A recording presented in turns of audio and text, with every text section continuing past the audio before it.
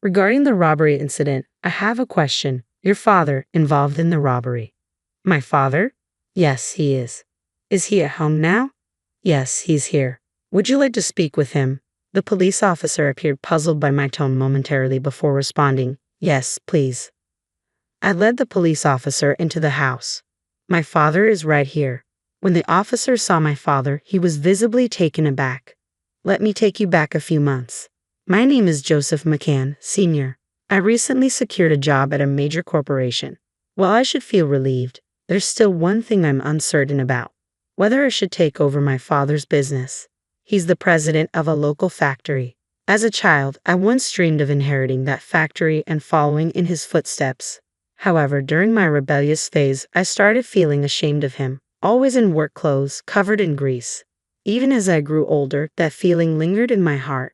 Through part-time jobs and growing up, I've come to respect my father's dedication, bearing the responsibility for many employees and their families.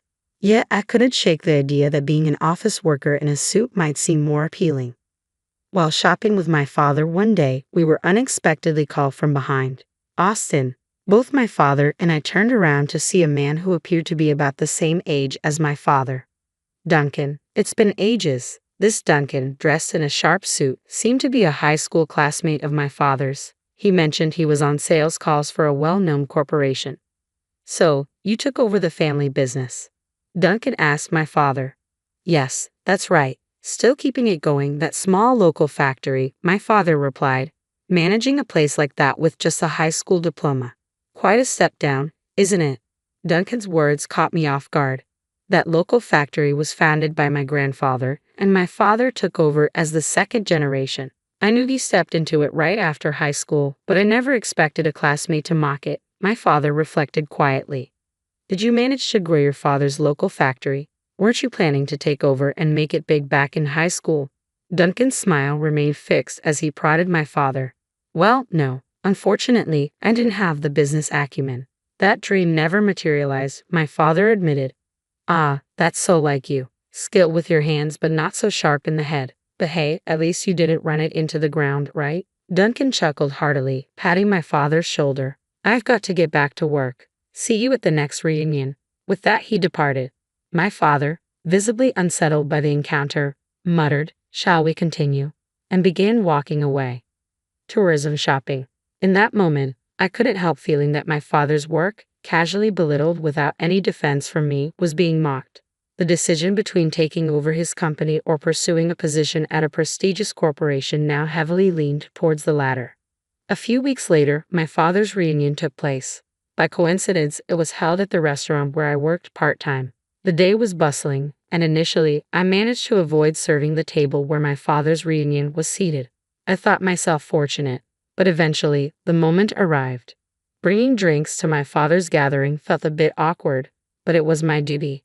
Our restaurant featured private booths exclusively. As I peeked into the spacious room designated for my father's group, he greeted me warmly near the entrance, saying, "Oh, Joseph. Is he your son?" A nearby woman inquired. My dad introduced me as his son, prompting me to politely respond, "Oh, nice to meet you. My father is in your care." As I placed the drinks on the table, I endured the inebriated classmates' remarks about how much I resembled my father or how serious I seemed, then made a hasty exit. From across the room, Duncan spotted us and called out, "Joseph, wasn't it? We just spoke the other day. Are you still planning to take over Austin's local factory?" When Duncan drunkenly questioned me, I responded with a mix of disdain and honesty, "No, I'm still weighing my options." Duncan then loudly advised, "Don't bother with it. Austin's company is nothing special. Joseph should aim for a position like mine instead of taking over that small-time business." He launched into a self-congratulatory tale of his career, but something felt amiss. He had claimed to be in sales during our last encounter, yet now he boasted about heading the accounting department. I sensed a discrepancy but chose to stay silent, wary of causing a scene. However, my father, influenced by alcohol, couldn't hold his tongue. "We just saw each other recently. Did you switch departments so soon? It's only been a few weeks. Quite a rapid promotion, eh? Sales didn't suit you." His words silenced Duncan, who stuttered in response. Yes, that's right. Sales wasn't my thing. I moved up to head the accounting department right after the switch.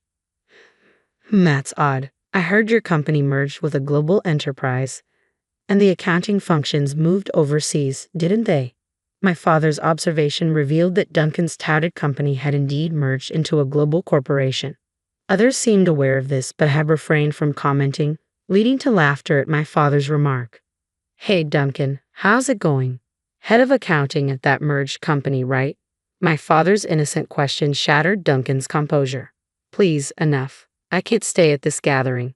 Embarrassed and frustrated, Duncan stormed out, his footsteps echoing loudly. I hope I didn't say something wrong, my father mused, concerned. Those around reassured him that it wasn't his fault. Duncan had always been sensitive. Seeing my father praised for his straightforwardness made me proud. Despite being a bit tipsy, he had the courage to voice what others struggled to articulate. It was admirable. 6 months passed. I continued grappling with the decision of whether to take over my father's company. The uncertainty weighed on me daily, leaving me increasingly confused. Then, one relaxing day at home, the doorbell rang. Since my mother wasn't home, I answered it. Yes. Hello, Mr. McCann, right? The visitor was a uniformed police officer. Startled, I replied nervously, yes, that's right, as worry crept in about what might be wrong. The officer said, I have some questions for your father regarding a robbery. Robbery? My father, I repeated, shocked. Yes, he's at home. Should I call him? Yes, he's here. Would you like to see him? My tone left the police officer momentarily puzzled, but he responded, yes, please. I pointed to this photograph on the altar. Here's my father, I explained. He passed away in a traffic accident. Oh, I'm sorry for your loss, the police officer said sympathetically. I asked him, who accused my father of robbery? I can't disclose that information. I apologize for the intrusion today. After expressing his regrets several times, the police officer departed. Who could have accused my father of robbery? I was frustrated, but soon found out. A few days later, I was at my father's local factory, now taking over since his passing. My mother had been helping out, but at over 50 years old and having limited experience with my father's work, it felt inadequate. It was up to me now. That's when Duncan burst in, demanding, Austin, come out. Give back what you stole. The factory's noise drowned out his words, but Duncan's voice cut through clearly, startling me. I wasn't the only one taken aback. The other workers paused in surprise as I addressed Duncan. My father isn't here. Then he's at home. Call him here. I've been robbed and I'm in trouble. Among the workers, I heard someone murmur, robbed the boss? Duncan, arms crossed, remained resolute, angrily insisting, bring out Aston.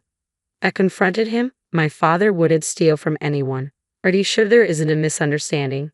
No, it was Aston. He must have been jealous of my job at a big company and took my wallet. Fortunately, I didn't have it on me, but it's unacceptable that he robbed me. The police are useless, so I came here myself. Let me talk to Aston. Oh, when did this robbery supposedly happen? About 2 weeks ago, Duncan replied hesitantly, sparking murmurs among the workers. He seemed taken aback by their reaction. When I pressed him, it really was 2 weeks ago. Duncan's temper flared at my persistence. He shouted, what's the matter with you? Why do you keep questioning me? I already told you it was 2 weeks ago. I and Elite came all the way to this small, greasy local factory. Let me see Austin now. Duncan's outburst ignited a surge of heat in my chest. Enduring his disdain for my father's work and his employees at their workplace was tough enough, but accusing my deceased father of robbery was unbearable. He passed away in a traffic accident a month ago, so he can't be here, I informed Duncan. His face registered surprise. What? I pressed on. How could my father, who died a month ago, commit robbery? Are you sure you were actually robbed? I had learned at a recent class reunion that Duncan was prone to lying. Moreover, classmates revealed that Duncan had harbored a pointless rivalry with my father since their school days, fueled by unrequited affection from a girl who admired my father. I could have forgiven Duncan for trying to implicate my father in a crime based on such a petty rivalry. So, are you suggesting he committed robbery just before he died? Just as I was about to confront Duncan, who persisted in his accusations, a voice from another direction shouted, the boss would never do such a thing. He's a very serious person. That's right. The reason we're always short-staffed is because the boss teaches us skills and encourages us to be independent. He always prioritizes his employees and clients over profits. He was a good person. The voices defending my father echoed, causing Duncan to falter. Their praise deeply moved me. I felt ashamed for ever thinking my father's work was embarrassing. He was a boss respected by his employees and loved enough for them to defend him even in this situation. Tears welled up in Duncan's eyes as more voices in support of my father echoed through the factory. I delivered the final blow. I will definitely bring this to the police, accusing my father falsely. With that, Duncan let out a cry and rushed out of the factory. Following that, I went to the police to report Duncan's attempt to frame my father. As I had promised, the evidence included Duncan's statement, recorded on a mobile phone by one of the thoughtful employees. The police acted swiftly upon receiving the evidence, and Duncan was apprehended shortly thereafter. Duncan's attempt to frame someone with false charges landed him behind bars for a while. He had mocked my father while he was alive and continued to slander him even after his passing. I found some solace in thinking that he deserved the consequences. A few days later, a woman claiming to be Duncan's wife visited to apologize to my mother and me. When I asked if Duncan's vendetta against my father stemmed from the reunion incident, Duncan's wife sighed and confirmed, "Yes, that's right. It seems it struck a nerve. The reunion triggered it." It turned out Duncan had once been a high achiever but had lost his job and struggled to find new employment. Meeting my father seemed to trigger something in him. Duncan's obsession with status led him to fabricate stories which unraveled when he drank and contradicted himself, ultimately embarrassing him. In his rage, Duncan decided to scapegoat my father, I said, stunned by the absurdity of it all. Duncan's wife shared my disbelief and revealed she intended to divorce him. Without children, and didn't face a lonely future, even if he were to be released from jail. After graduating from college, I made the decision to take over my father's company. With my father recently passed away, I felt apprehensive about managing the business. However, the memory of the employees defending my father when Duncan falsely accused him stayed with me. It inspired me to strive to be a boss who earns the love and respect of my team, a lesson I deeply internalized. While my background in business school prepared me for the managerial aspects my father handled, I relied on the staff to teach me the technical aspects they were experts in. Their response was always supportive. "We'll teach you everything you need to know." As the boss's son, they willingly shared memories of my father, each story highlighting his remarkable character. "Dad, you were truly amazing. I regret not realizing it sooner while you were with us." "I'm sincerely sorry," I murmured to his picture, stained with oil after a day's work. I felt ashamed of ever considering his work uncool. These days were a testament to his dedication and hard work. "I'll strive to become a boss like you, Dad. I'll work tirelessly to make your dream a reality." I spoke to his picture, feeling as though my father was smiling back at me. My goal is to honor my father's legacy by expanding our local factory, a family business since my grandfather's era. I'm determined to carry on his vision. My name is Jenny Hansen. I thought my newlywed life with my husband Ben was going well, as we had never even had a fight. I managed to get along with my mother-in-law, who lived with us, so I assumed everything would continue smoothly. However, I never could have imagined that this life would suddenly fall apart. It all began with my mother-in-law's words. "Ben is going to remarry, so you need to leave." Looking me straight in the eye. My mother-in-law's intent not to allow any opposition was clear. But I hadn't heard anything from Ben himself. It wasn't his words. With this thought, I looked at Ben, but he was either listening or not, as he was engrossed in his game. "Honey." I called out to my husband, seeking salvation. "It's what Ben is saying. There's no need to listen." But this is a matter between husband and wife. No matter my mother-in-law, she shouldn't interfere. Yet she continued as if it were the most natural thing. "She's the daughter of a real estate magnate." "The daughter of a real estate magnate?" "Yes. You're just a poor girl. A bottom feeder from a poor family. Get out of here right now." "What does that mean?" "Since when?" "That person is Ben's ex-girlfriend. They used to date, broke up, but now they're back together." It's always better to stick with the first girl you dated, isn't it? So, my mother-in-law wants Ben to remarry his ex-girlfriend. Is that true? Unable to hold back any longer, I sought words from my husband. Then, irritably, he said, "Just do as I say." Who is the other person? It's Nicole. Nicole, my best friend? Yeah, that's right. I'm playing a game, so don't bother me. A game, even during such an important conversation? It's not a big deal. Just get out since that's what you're being told to do. Being told to leave, I can't just accept that. You need to explain how it came to this. When did it start? It was at the wedding. Ah, I lost. It's your fault. The wedding. When reminded, I recall Nicole who attended our wedding. I tried my best because it's my best friend's wedding. Nicole had dressed up more than usual, buying new dresses and shoes so as not to embarrass me, spending extra time on her makeup, and getting her hair done at a salon. She was stunningly beautiful. You're more beautiful than the bride. I had happily appreciated Nicole's thoughtfulness. Afterward, Nicole began visiting our newlywed home, seemingly happy for my happiness. I had heard that women's friendships end when they marry. But Nicole was different, visiting me more than ever. And Ben would always come home early when Nicole was visiting, taking care of her. What a kind husband. What a wonderful best friend. I genuinely thought so. Occasionally, Nicole would say, "It's bad always to eat your food, so today I'll cook for you." And she would bring her homemade dishes, which both Ben and my mother-in-law praised as delicious, better than mine. Indeed, Nicole, having lived alone for a long time, was good at cooking. Both she and Ben would laugh, saying it's strange she couldn't get married. Even though it's disrespectful to say such things even to a best friend. I could only silently smile. I sometimes felt doubt during these enjoyable times. It was in Nicole's gaze. And Ben's gaze. Their eyes intertwining. I thought, so that's what this was. I was painfully made aware. Nicole was in tears, repeatedly saying, "I'm sorry. I didn't mean to. He's my best friend's husband, sorry, Jenny."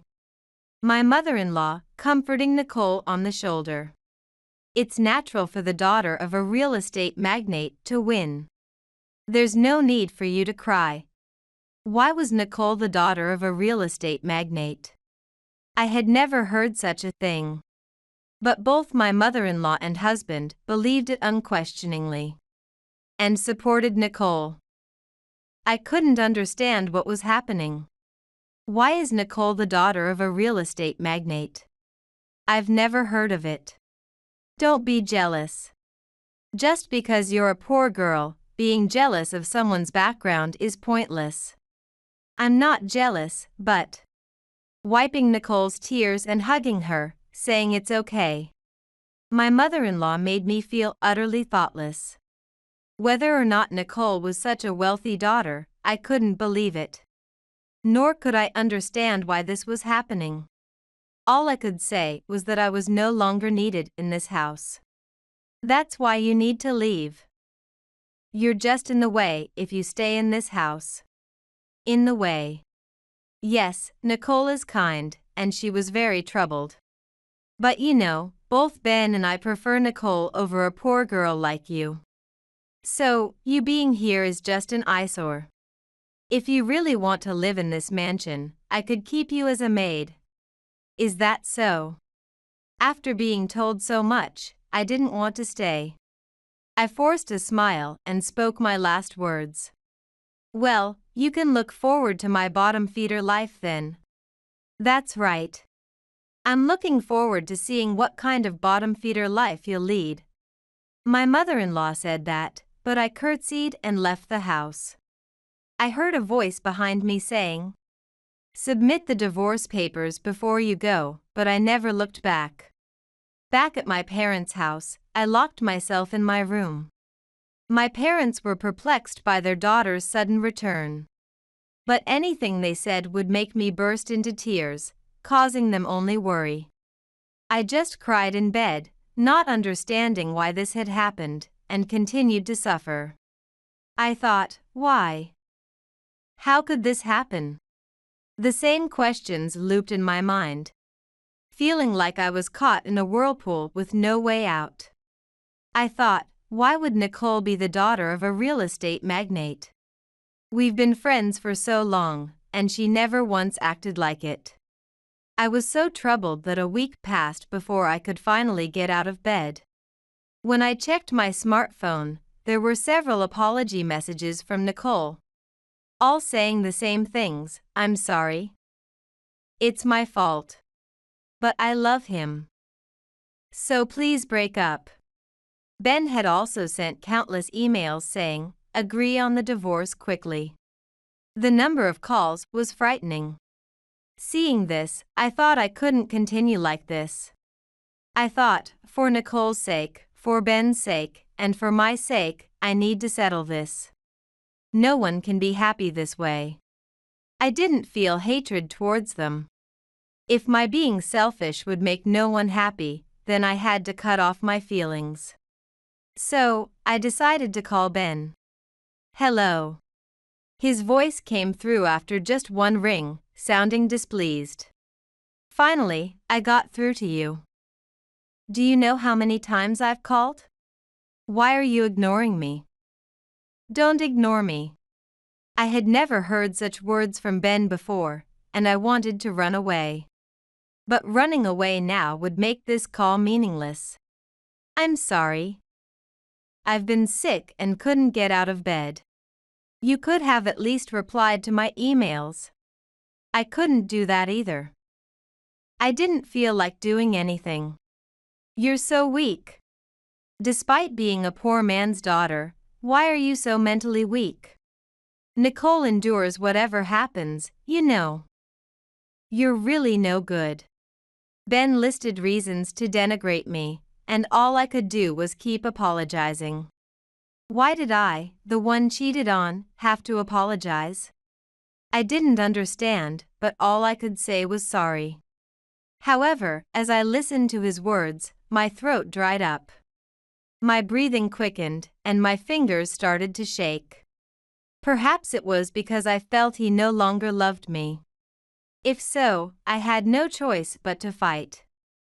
No one else would protect me. So, when are you going to agree with the divorce? I will, but first, tell me why this happened. Why it happened. I could tell he was laughing, as if mocking me. Yes, how did you two get back together? If I answer that question, submit the divorce papers, will you? If you clear up all my doubts. Fine. As I said before, it was at the wedding. She had become much more beautiful than when we were dating. I was shocked. And the fact that she was your best friend felt like fate. From that moment, I knew marrying you was a mistake. Then you should have called off the wedding. Canceling would have cost a cancellation fee. That would have been a waste. I don't think it's a matter of being wasteful. Maybe it could have worked out. So, when did you start seeing each other? It was soon after Nicole started coming to our house often. I thought there would be no reconciliation since she was my wife's best friend.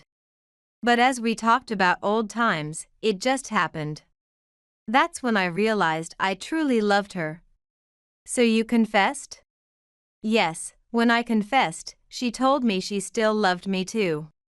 We both realized that breaking up was a mistake. And that's when you became a couple again? That's right. Didn't you feel bad, being married? Of course, I felt bad, but you know.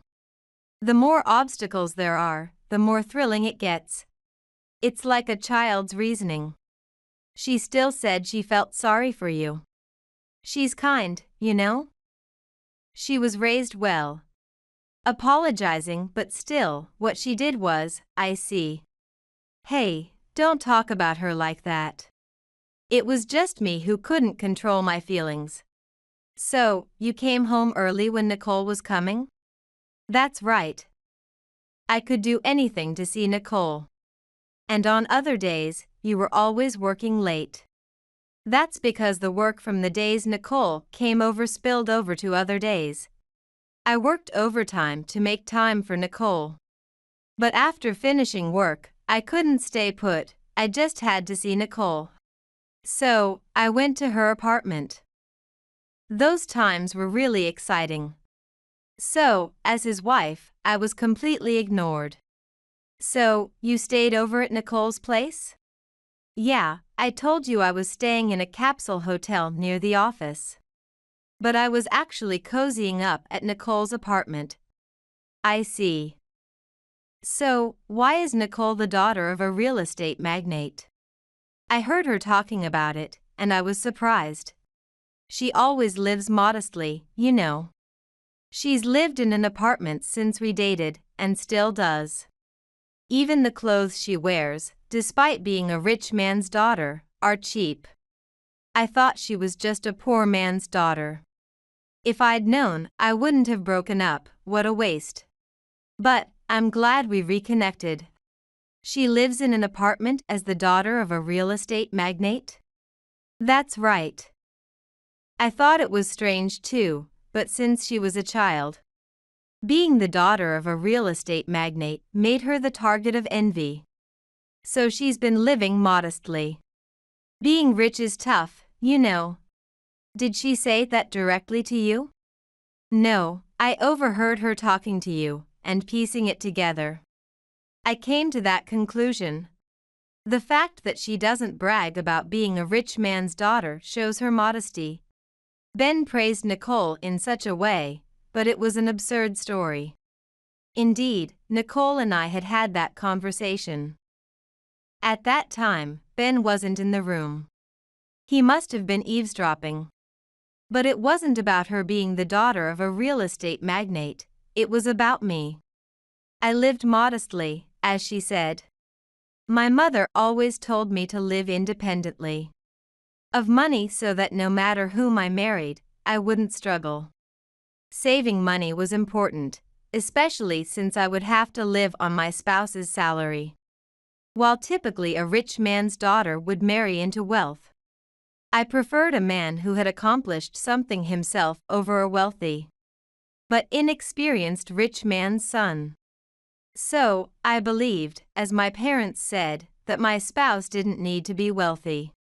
Therefore, wanting to avoid an arranged marriage, I agreed with my parents' view and lived modestly. Though, since I was living at my parents' home, it meant only small savings, like not spending much on clothes. She likes men who choose women who live modestly, because it means they're prudent. That's why she never said she was the daughter of a wealthy man. She's modest, you know. Those were my words. I never publicly declared being the daughter of a real estate magnate, because I feared attracting those who were only interested in my wealth. Compared to her, you're always trying to save. You're stingy. Even buying a single juice. You complain about the convenience store being too expensive. You're miserly, always knowing which store sells the cheapest eggs. Or saying that clothes with holes just need to be mended. It's so poor looking, I can't stand it. On the other hand, she's definitely wealthy, even her jewelry is real. That wasn't true. The jewelry Nicole wore was all cheap. They were small, poor quality gems, and anything that looked large was imitation. I had once accompanied her wanting to buy a brand bag, and we ended up in a pawn shop. She said real items could be found cheaply there. I had never bought from such places myself. The branded items I bought were meant to last long, so I didn't own many. But I made sure they were of certain quality. You have brand items too, but they're all imitations. Poor you, that's all you can afford. Now I understood. This was all Nicole's trap. She must have been envious and jealous of me. To think I was fooled by such nonsense, what a foolish family. Realizing the kind of man he was, I promised to send the divorce papers and ended the call, smirking. Enjoy your poor life. 2 weeks later, my husband contacted me. It was to inform me that the divorce was finalized, and he had remarried. We're strangers now. Now I'm also rich. Don't expect any help from me no matter what trouble you find yourself in. And don't think of Nicole as your friend anymore. Don't mooch off her, all her money is mine now. Don't worry, I will never ask for your help. And I'll stop being friends with Nicole, so tell her that. That's good to hear. Now I can relax. He seemed pleased as he hung up the phone. However, it was soon after that when Ben called me, sounding almost like he was screaming. What's going on? Oh, what do you want with a stranger like me? Some workers came and took all the furniture. You said those were imported, right? Yes, that would cost quite a bit if you bought it, wouldn't it? Why would the workers take it? It's only natural since we're divorced. The furniture should be mine since you left the house. That's not correct. Those were bought by my parents before we married. That means they own them. But we're divorced, shouldn't it be divided as property? If we had bought them together after marriage, maybe. But since my parents bought them, you have no rights. That's ridiculous. Now the house is empty. If you want them, they'll be auctioned off, just buy them. How did it come to this? My parents are poor, they couldn't afford such things. Well, then who bought them, I wonder? So you're saying the furniture isn't even good enough for auction? Just cheap stuff that looked good, huh? If you think so, just buy replacements. Maybe Nicole can afford them. Since no parent would want their daughter living poorly after marriage, they'll surely buy her some. Of course. I'll just have her parents buy it. The call ended, but I glanced at my calendar. My revenge had just begun. When this calendar turns, the real revenge will start. I thought, just starting now. He doesn't know the smiling me, and as days passed, I tore the calendar with my hands. In another 2 weeks, Ben will call again, frantic. And just as I thought, after 2 weeks, he did.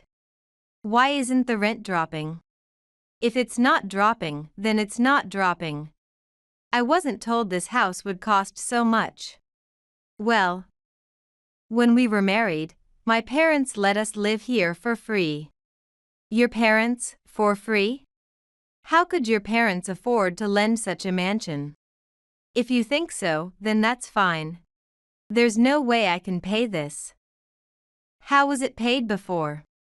That's because my dad thought it was sad to let his daughter live in a rabbit hutch of a house after marriage, so he lent us the best mansion he owned, for free. Normally, no office worker could afford to live there. Indeed, the house was quite a mansion. It had a pool and a large lawn, which my father had landscaped professionally. My mother thought such luxury was excessive.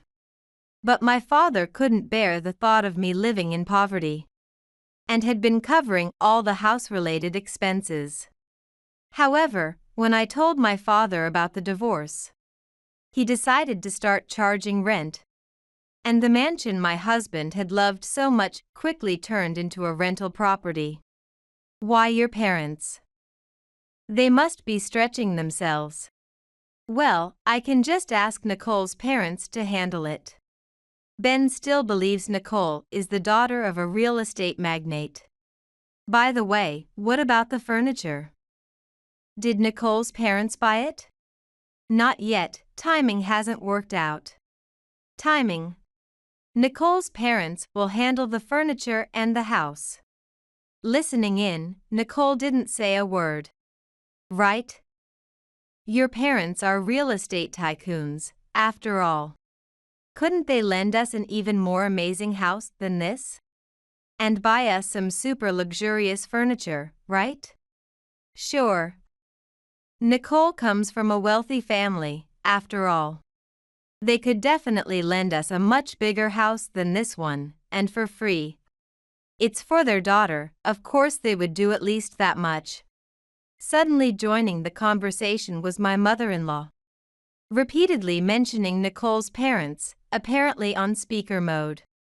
I thought, so, it's a four-way conversation. But when Nicole joined in, the direction of the conversation abruptly changed. That's absolutely impossible. My parents would never allow such extravagance. That's not true. They might say that, but they do it for their daughter. My family has always said that luxury is absolutely forbidden. A house just needs to be livable, no matter how small. That's not true. We're family, after all. While my mother-in-law was absolutely sure everything would be fine, Nicole was adamant it wouldn't be. Knowing the truth, I couldn't help but smirk, but as they kept repeating, because we're family and it's impossible, I finally revealed the truth. Well, it would be impossible for Nicole. Because, you see, I am the real estate tycoon's daughter. Nicole is the daughter of a poor family. The sudden revelation shocked both my mother-in-law and Ben. But they refused to believe it and pressed Nicole for answers. I never said I was the daughter of a real estate tycoon. You just assumed that yourselves. Nicole suddenly shouted, surprising both Ben and my mother-in-law. Wait, Ben, what does this mean? There's no way. I heard it when Jenny was talking. Sorry, but what Nicole is saying is true. Because I'm the real estate tycoon's daughter. No way, but you two were talking about it, weren't you? You just eavesdropped on people's conversations and interpreted snippets to suit yourself. Too bad for you. Thought you were like a reversed Cinderella, but now the midnight bell's ringing. Leaving the two of them in shock, I ended the call. 3 months passed without hearing anything. I assumed they were getting by somehow, shocked but managing. Since they were married after all. But it seems a quiet struggle was ongoing. And I only found out when Ben called me frantically one day. What should I do? What's wrong now? They're demanding rent payment. You haven't paid? There's no way I can pay that. If this continues, it'll go to court. If you've neglected to pay for 3 months, of course it's going to be a lot. I want to pay if I can. It's just too much, that's why I haven't. Don't yell. It's not my problem. But, what should I do? Move out and get to work as a family.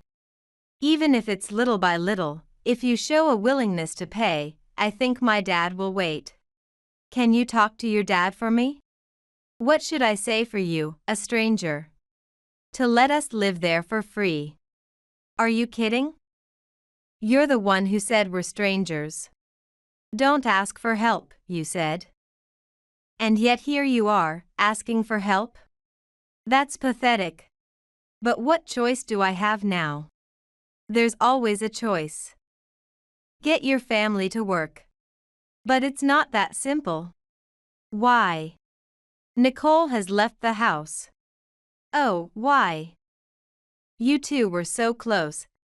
When it turned out Nicole wasn't a real estate tycoon's daughter. My mom started constantly complaining and treating Nicole harshly. They started fighting every day. And to top it off, she said none of this would have happened if you hadn't divorced me. That's exactly right.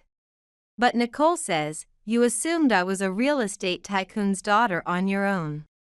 I never said I was rich, and it was you who came on to me. It's too late now. I think it's a case of 6 of one, half a dozen of the other. You assumed things, and even if she didn't confirm, she didn't deny either. Right? So, it's not my fault. You're still responsible for cheating. Anyway, I suggested we both work. Then she said it wasn't her fault things turned out this way. And she absolutely refused to work. We've been arguing like this forever now. That's unfortunate for you. A few days ago, it turned into a huge battle with my mom. It escalated to throwing hands and feet. Even when I tried to stop them, they wouldn't. Nicole was cursing my mom like a demon. And though I finally calmed them down, the next day she was gone. Well done. But now that you know she's gone, why don't you just look for her? My mom says there's no need to look for such a woman. Plus, we found out she took all the money in the house. Which made my mom even angrier. Oh. Thanks to that, even if we wanted to move, we can't do anything. I have no money on hand right now, so we can't even afford food. Isn't payday almost here? Couldn't you take an advance? That's the thing. Actually, my mom is so worried and anxious about this situation that she's had a mental breakdown. She could work at her age, but she's too emotionally unstable to work right now. I can't leave her alone to go to work either. You can't go? In the end, I had to quit my job too. You quit quite quickly. It hasn't been that long since Nicole left, has it? And now, I'm also getting demands to pay off debts. What debts? Did you borrow something? No, I haven't borrowed anything. But Nicole, that woman. I thought she was getting more luxury items. Because her parents were buying them for her. But it turns out, she bought it all in debt. I always thought her parents were buying them. But she had borrowed money using my name. Poor parents can't do such things, right? I can't help it, I thought she was wealthy. That's what happens when you rely on someone else's money. Birds of a feather, huh? How foolish can you get? Anyway, move out as soon as you can. My mom doesn't want to move. So, help me out. You can help me, right? I don't think about helping others. You reap what you sow, so good luck. While he declared us strangers and told me not to seek help. Here he was, unabashedly asking for my aid. Such sweetness, I thought. Ben's subsequent fate seems quite grim. His mother's mental state has deteriorated significantly, and without him at home, it's unclear what she might do, up to and including harming herself. But upon investigating, it turns out none of that was true. There was no sign of his mother visiting a hospital. And the neighbors kept hearing about a wealthy lady boasting about her mansion. Moreover, she had been flaunting her supposed wealth, relying on grocery delivery services and proclaiming, "I don't buy cheap stuff from supermarkets." As for Ben, he claimed to be an investor, borrowing money to sink into stocks. But never profiting, only accumulating more debt. Eventually, with severe rent arrears, they faced eviction by court order. And in front of their neighbors, enforcement officers kicked them out. Nothing of value was found in the home. And the back rent was to be paid off gradually. Yet, frighteningly, despite falling into poverty, their luxurious habits haven't changed. Now residing in a dilapidated apartment, the work-shy mother and son continue their descent into their own created hell.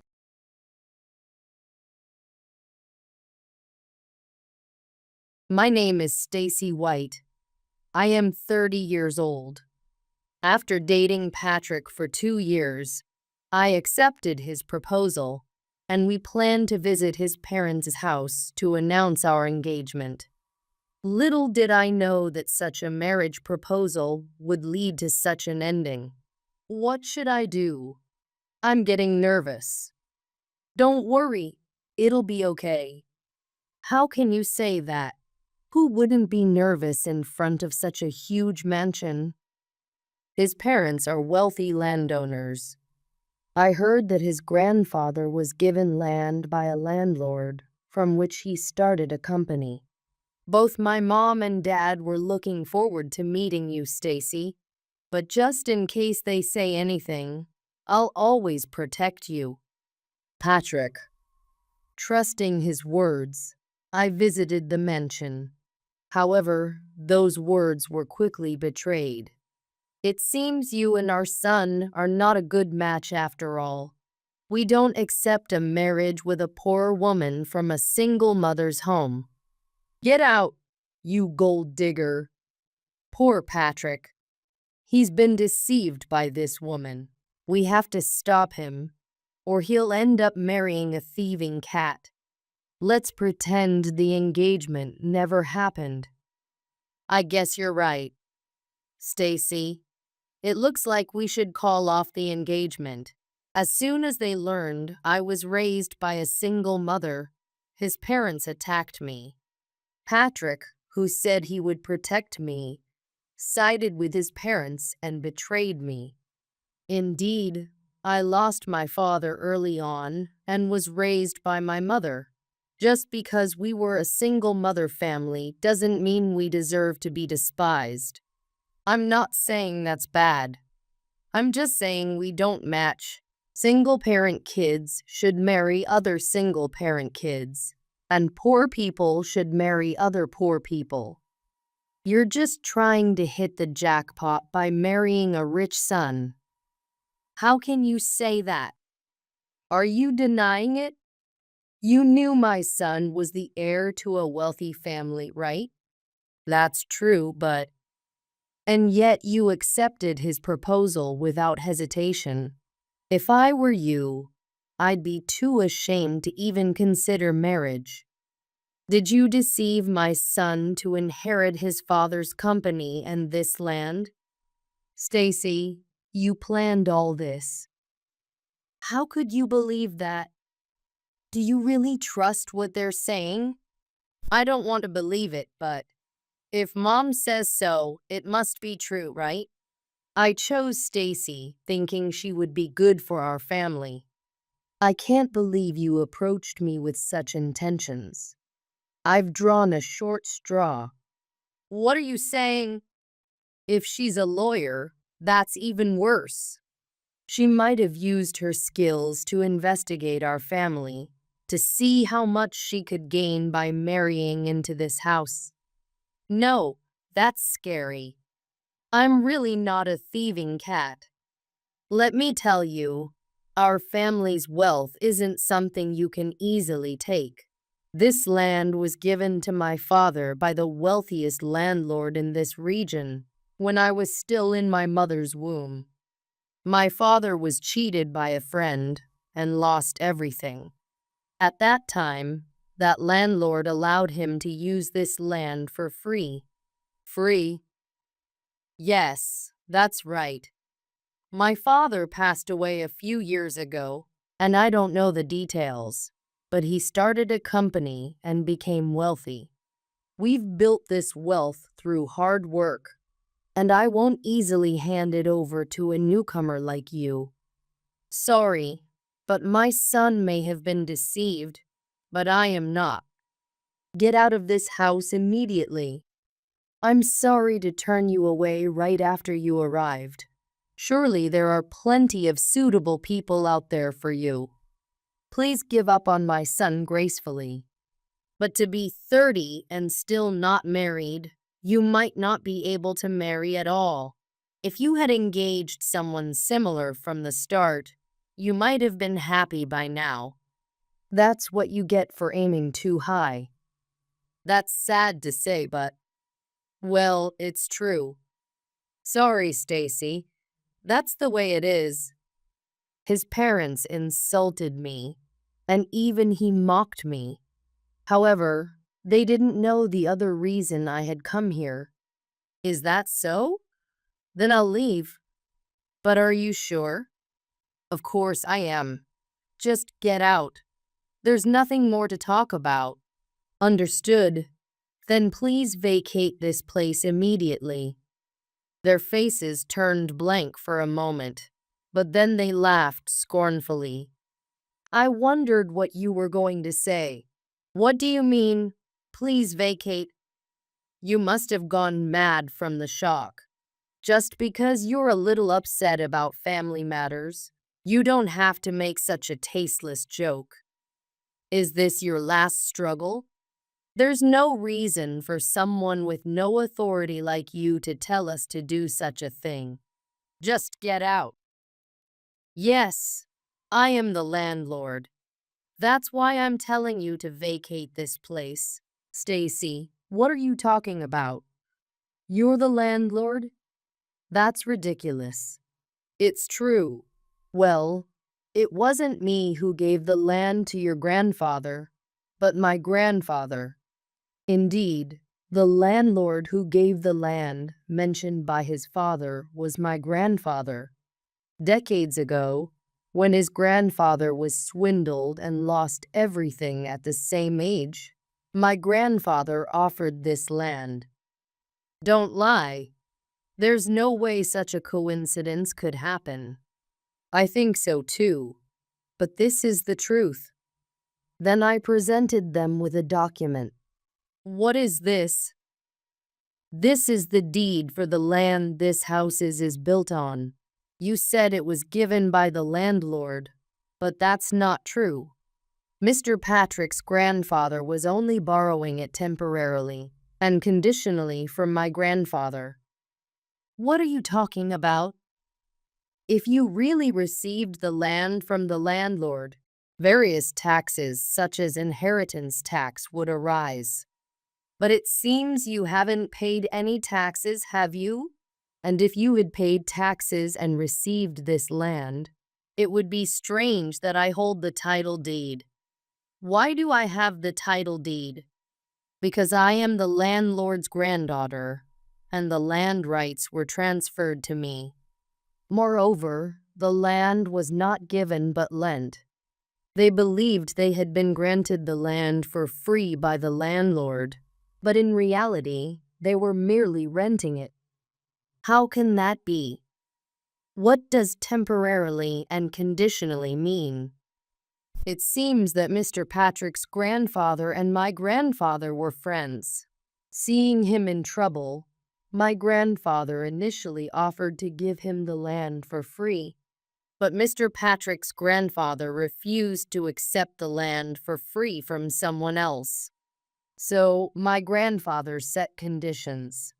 The conditions were to lend it for free until he could stand on his own feet, and then, once he felt stable, to start paying for the use of the land.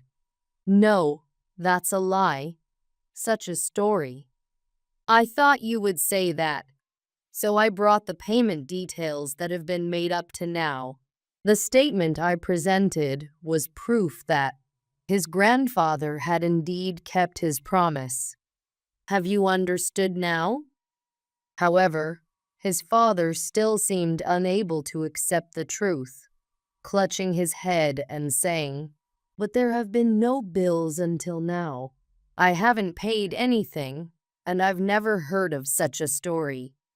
If it were true by now, we would have received countless bills and dunning letters.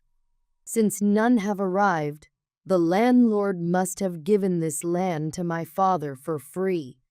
What do you mean by the landlord's granddaughter? All lies. You have no right to tell us to vacate." His father shouted at me in anger. However, I wasn't just making baseless claims. Really? Are you sure no invoices or dunning letters have arrived? How many times do I have to tell you that nothing has come? Are you mistaken? We haven't received any bills at all. Absolutely not. Next to him, One person had a pale face and was looking down. That was Patrick's mother. "What's wrong? You've looked pale for a while." "Ah, no, it's nothing." "Do you have any idea what might be going on?" "No, that's not." "Maybe. You know about the invoices arriving?" "No, that can't be. If my husband says they haven't arrived, then they really haven't." "Is that so? But we have records. We have records of sending land use bills and dunning letters to your house. So they must have arrived. If you know something, can you please start telling the truth?" Seemingly unable to keep silent any longer, she sighed heavily and began to speak quietly. "They arrived." "What did you just say?" "They arrived." "Yes, they did. Not just one or two, but many." "Why didn't you tell me this? Did you know about this?" "Yes, I knew. I knew that this land wasn't given for free, but was under a contract with a time limit." "Since when?" "When the first invoice arrived. It was written in the documents. Until then, I didn't know. I thought, just as your father said, that the landlord had given it to us for free, so I never questioned it, nor did I ask you or your father. And when I saw the amount on the invoice, I was shocked. We're wealthy, but it wasn't an amount we could just casually pay. So I thought I'd keep quiet about it." "You thought you'd keep quiet?" "Well, what could I do?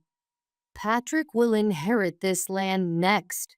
The backlogged use fees that haven't been paid up to now are your responsibility, so you should pay them. But once Patrick inherits this land, he will have to start paying these land use fees. I couldn't bear the thought of him having to pay such amounts. But still." "Why didn't you know about this? Didn't your father tell you anything?" "He didn't tell me anything." "I wonder about that. You always half listen to people and don't remember important things. Maybe you did hear it but forgot?" "That can't be. Your wife is right about that. When Mr. Patrick's grandfather was passing, he told my grandfather, 'I've informed my son about the contract. Please take care of the rest.' That's absurd. I heard nothing. My father was delirious at the end, so he might think he said it, but actually, your father thought you would say that, so he left the documents with me." "From my father?" Saying that, I presented a document. That's right, at the hospital. The document was about changing the landholder. Additionally, it was a signed document stating he had clearly heard about the land contract.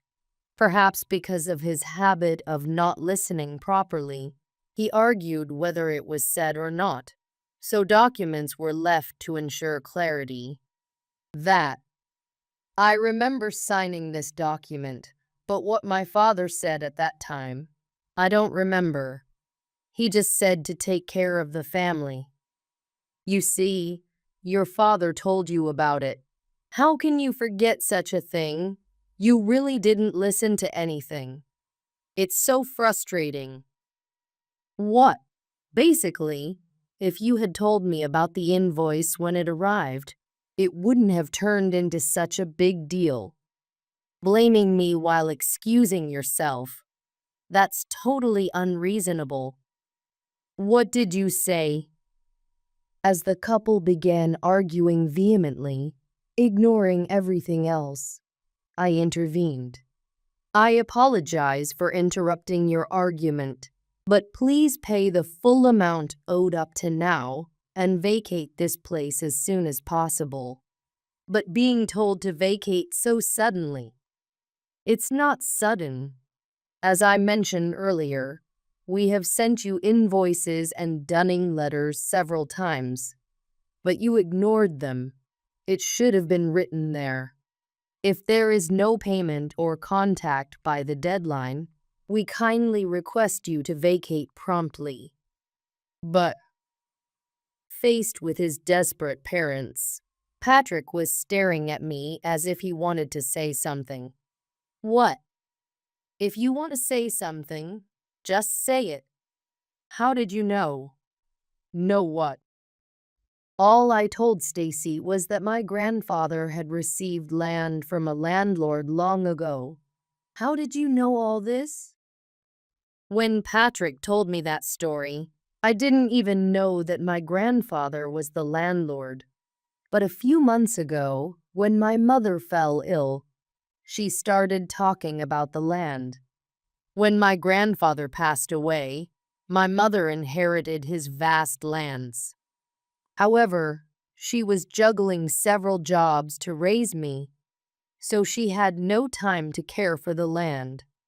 It seems she had completely forgotten about it until she fell ill. Before becoming immobile, she transferred the land to me. Then I researched the long-neglected land and discovered there was a parcel leased out on a temporary basis. But that lease had expired long ago. Moreover, since the leaseholder changed, no payments had been made. Once I learned this, I immediately sent out invoices. That was around the time I heard the story from Patrick. Initially, I was surprised. What a coincidence. I thought if Patrick's family paid the overdue amount, that would be enough, considering we were going to be family. But before we could discuss this, you excessively insulted me for being from a single mother's home and poor, and even Patrick mocked me. Seeing that, I lost all desire to continue. Hearing this, their faces turned pale, and they looked at each other, clearly confused. What should we do now? There's only one choice. Make the payment and vacate this house. That's all. I'm sorry. Excuse me?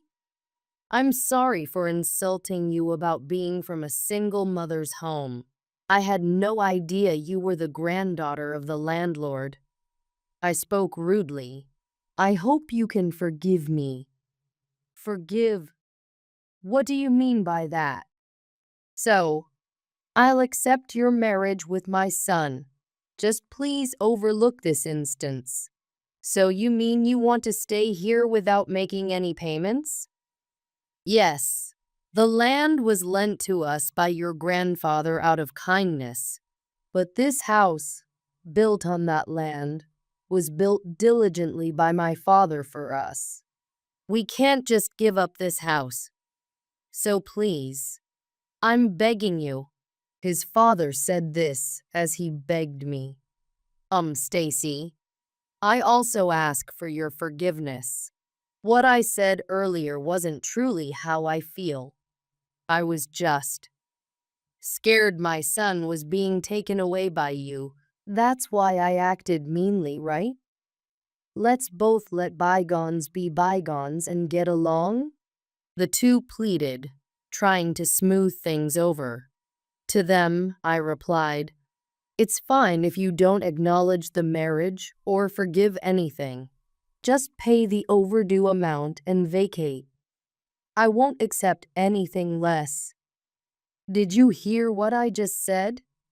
This house is important to us, built by my father. Are you telling us to give it up just because it's built on your land? Yes, please give up on the houses. That's just too tyrannical. The house has nothing to do with the land. I'm not saying vacate for free. I will pay you a sum that includes the cost to demolish this house. Use part of it to demolish the house. Pack your belongings and leave. Their expressions changed immediately. If money was involved, They seemed calmer. However, they didn't understand the implications. However, you'll have to return that evacuation payment. What? Why? As I've said numerous times, no land use fees have been paid since the leaseholder changed, despite sending invoices. Pay the overdue land use fees. It turns out the fees you owe me will exceed the evacuation payment I'm providing you. That's what it means. What? Are you joking? Asking for a return of what you give? Of course, that's the contract. And wouldn't it be better to save any money you can? What do you mean by that? As I mentioned earlier, since I'm a lawyer, you thought I might be investigating your affairs, and you were right. The non-payment triggered a more detailed investigation. I looked into your company. My company? What's the matter? You've turned pale. Do you recall something? What are you talking about? I don't know anything. Then let me be clear. You, as the president, have been embezzling money from your company. And that's not all. There's tax evasion too. You've been up to no good, haven't you? Indeed, while investigating the land, I also looked into his father's company. It was revealed that the president, his father, had been embezzling company funds and engaging in various forms of tax evasion. Dad, is that true? Embezzlement and tax evasion? No, it's not true. I didn't do that. Why would I need to do such things? I'm a wealthy businessman. Why would I embezzle? Hasn't the family fortune already run out? What are you talking about? You were quite addicted to gambling when you were younger, weren't you? You stopped when Patrick was born and growing up, but once he started working, your old habits resurfaced. I heard you've been dabbling in all sorts of gambling again. Gambling is addictive, isn't it? You should have stopped while you were ahead, but you kept losing, thinking maybe you'd win next time. Before you knew it, you'd spent all the money in the houses. Then came the embezzlement, the tax evasion. Didn't your wife know that you were addicted to gambling? Yes, I knew. He was into slots and poker, all sorts of gambling even when we were dating. But we managed because his father was around. His father took care of things so we could get by. Then our son was born, and I asked him to get serious, and he finally stopped gambling. I was relieved, but I never imagined he'd start gambling again, even to the point of embezzling company money. You didn't know he was embezzling? I truly didn't know. I was in charge of the household finances, but the money in the bank account didn't fluctuate much. That must have been because he was replenishing what he spent by embezzling.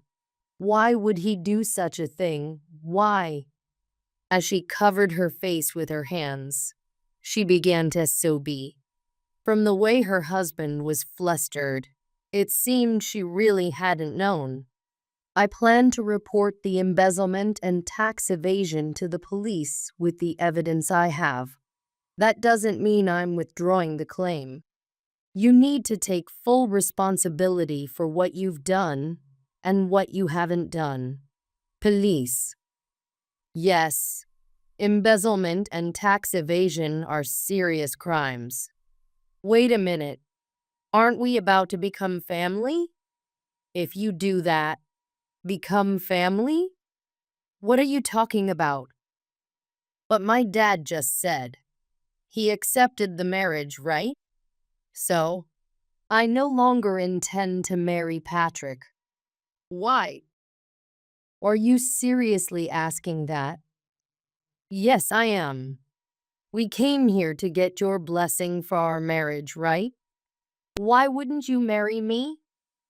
Is it because my parents insulted you, or because my dad was embezzling, or because we thought the land was free and didn't pay the fees?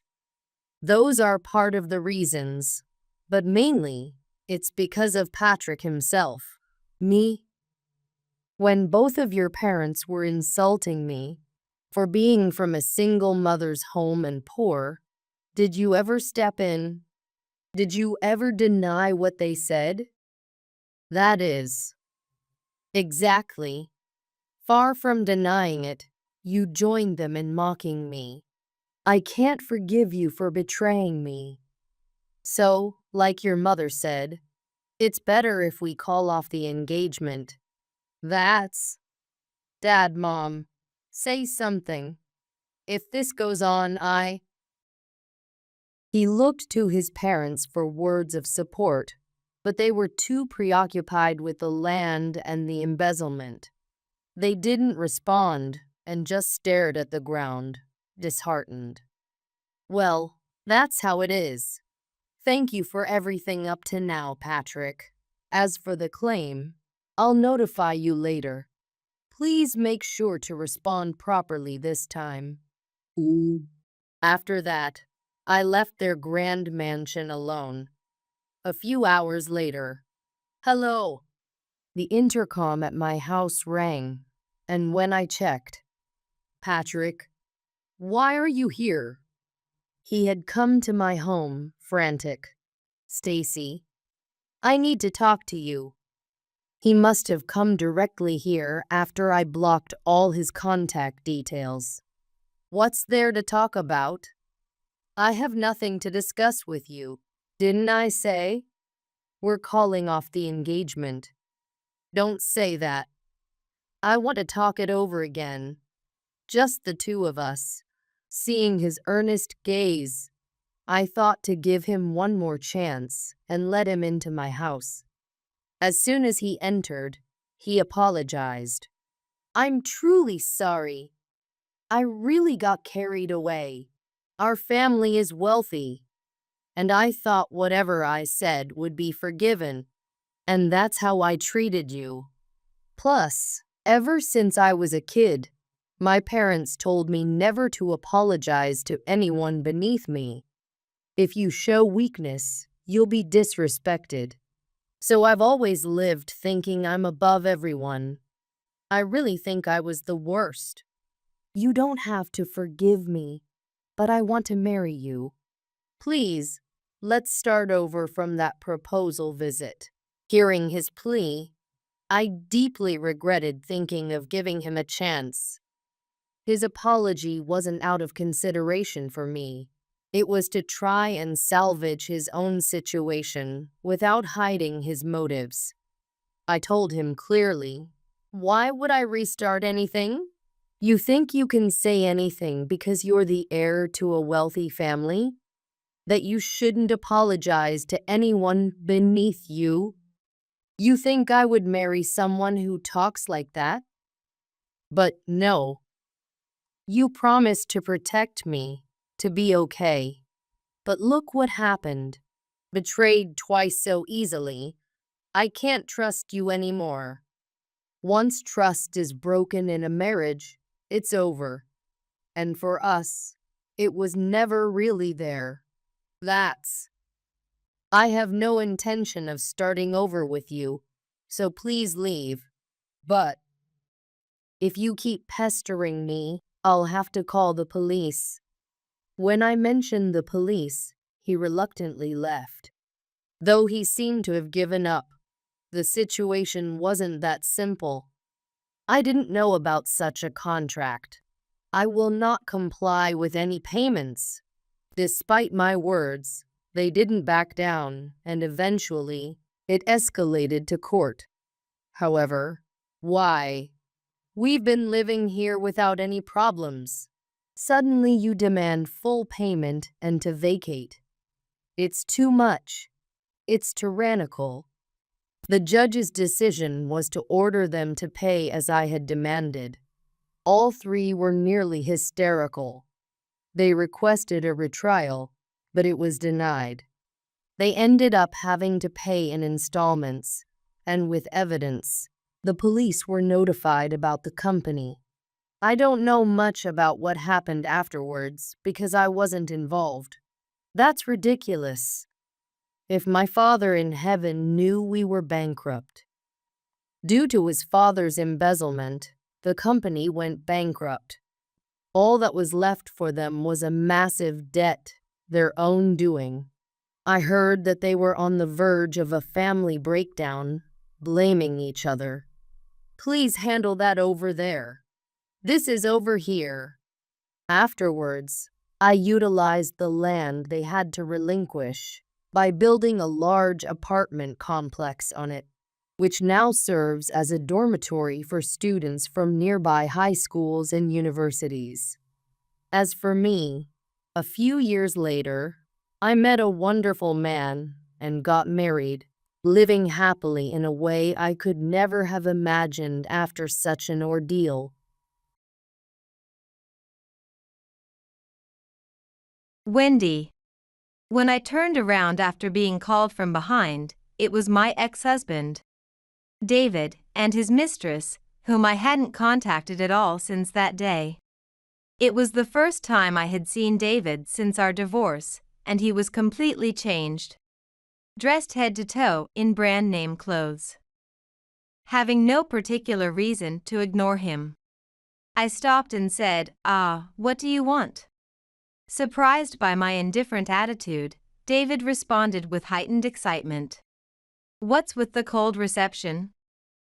It's hard to believe we were married until recently. More importantly, I'm going to make it big. Is that so? Good for you." "Well, yeah. I'm marrying Kelly, so I'll become the heir to a major company. I feel sorry for finding out later, but since it's come to this, I'll let you know." "That's impossible. After all, your company is under my control." "What? No way. My name is Wendy Anderson. I live with my younger husband, David. I work at the company my father runs, mainly handling clerical work. My father, the president, is responsible for the company's major management strategies. But as I have no siblings, I will eventually take over the company. There are employees who are senior to me, so every day I face the pressure of someday becoming president." I had decided not to talk much about the family business with David. I didn't want to bring work issues into our home. His personable nature was endearing, and he was my daily source of comfort. I thought I could live a happy and enjoyable life with him, but one weekday, I went out to buy a gift for my in-laws' wedding anniversary. Should I buy flowers? Or something they can use every day? I thought, walking along when I heard whispers, "That couple is amazing. They can really do that in the middle of town?" Glancing in that direction, I saw a couple kissing. They're quite passionate for the daytime, I thought, and was about to walk on when I did a double take. I couldn't believe my eyes. The man was David. I didn't recognize the woman with him. "Why? Weren't you supposed to go to work this morning?" No matter how many times I blinked, there was no mistaking it was David. I instinctively started filming them with my smartphone. Shopping was the last thing on my mind now, as I felt driven by a quickening heartbeat of dread to head home. Back at home, I couldn't focus on anything, not laundry, not washing dishes, not preparing dinner. What should I do?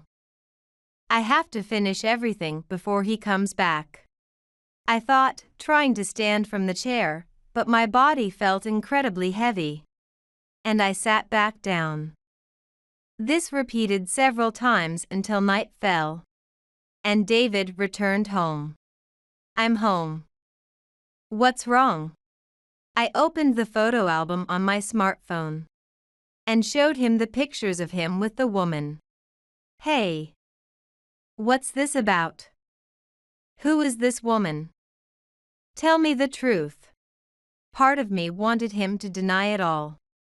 This isn't me. You're mistaken. I was at the office working. I closed my eyes tightly, hoping to hear those words. However, what came was a casual admission of his affair. What? You saw that? Yes, I'm having an affair with the daughter of a company president. David's face, mocking and cold, was unlike any I'd seen before.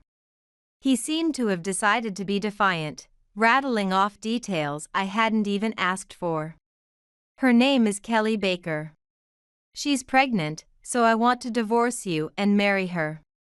They told me to work at Kelly's parents' workplace if we get married. As he spoke so buoyantly, my heart grew colder. I felt foolish for ever thinking he was adorable. It's divorce, divorce. I want to register our marriage with Kelly soon. Yes, of course, let's divorce. I have no reason to refuse. I immediately accepted it. That's the situation, so write it down. With that, David pointed at the divorce papers he had apparently prepared in advance and left the table. He left the house without any fuss, and I was at a loss. It was sad to become strangers to my kind in-laws. But I had to report the divorce. When I met with them, both apologized. I'm really sorry.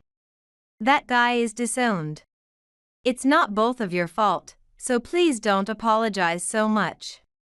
I said, but they kept their heads down as if blood would rush to their heads. A week later, I called David and his mistress, Kelly, to my house. It wasn't a conversation to have in a cafe or anywhere public. So, much as I disliked it, I invited them to our home. Both of them looked dissatisfied when they were called, and without any greetings like "sorry for intruding." They roughly took off their shoes and sat in the living room chairs. I sat quietly opposite them. I called you here today for no other reason. I'm going to demand compensation for adultery from you both. First, David. You owe me $30,000. And Kelly, you owe me $20,000 each. Thanks to getting a lawyer who specializes in adultery cases. The demand was quite high. However, even after I told them, David and Kelly didn't look upset but smiled smugly. My father will pay the compensation. It's no big deal. From the way she spoke, her haughty character was apparent. She laughed at me through her nose and looked down on me with the same eyes that David had when I showed him the pictures of the affair. Birds of a feather flocked together, I thought absently. The compensation was paid in cash. David and Kelly laughed at me together. You're like a money grubber. You're such a poor person wanting chump change. I watched their faces in silence, thinking, enjoy your smugness while it lasts. And then we disbanded for the day. Afterwards, since my parents' house was close by, I decided to move back in with them. My parents seemed eager to say something about my divorce. But when I told them David had cheated and gotten his mistress pregnant, they were furious. You did the right thing leaving such a man, they repeatedly said, comforting me. Since then, I threw myself into work, and before I knew it, 6 months had passed. One day, a familiar voice called from a distance, "Is that you, Wendy?" Wendy. Why are you here? Startled by the unmistakable voice of my ex-husband David, I turned around to see him and a young woman. She looked to be in her early 20s, with vibrant skin, flashy makeup, and red nails. David, clad in brand-name clothes, seemed a completely different person from when we were together. How dare you stop me when you were the one who wanted a divorce? That's pretty unreasonable. I muttered softly but stopped anyway as I had no particular reason to ignore him. Ah, what do you want? David appeared shocked by my indifferent attitude. What's with the cold reception? Hard to believe we were married until recently. To think I could casually talk to a man who cheated. Got his mistress pregnant and left on his own. Well, we were both young back then. Let me introduce you. This is my new wife, Kelly. We're here shopping for clothes for our soon-to-be-born child. More importantly, I'm going to make it big. Is that so? Good for you. Yeah. Since I'm marrying Kelly, the daughter of a company president, I'll become the heir to a major corporation. Interesting. Congratulations. And? Encouraged by my interest, David began to brag. I've been promoted rapidly since marrying Kelly. So, Kelly was your lucky charm, huh? Yeah, her father, the president, recognized my work, and I became his successor.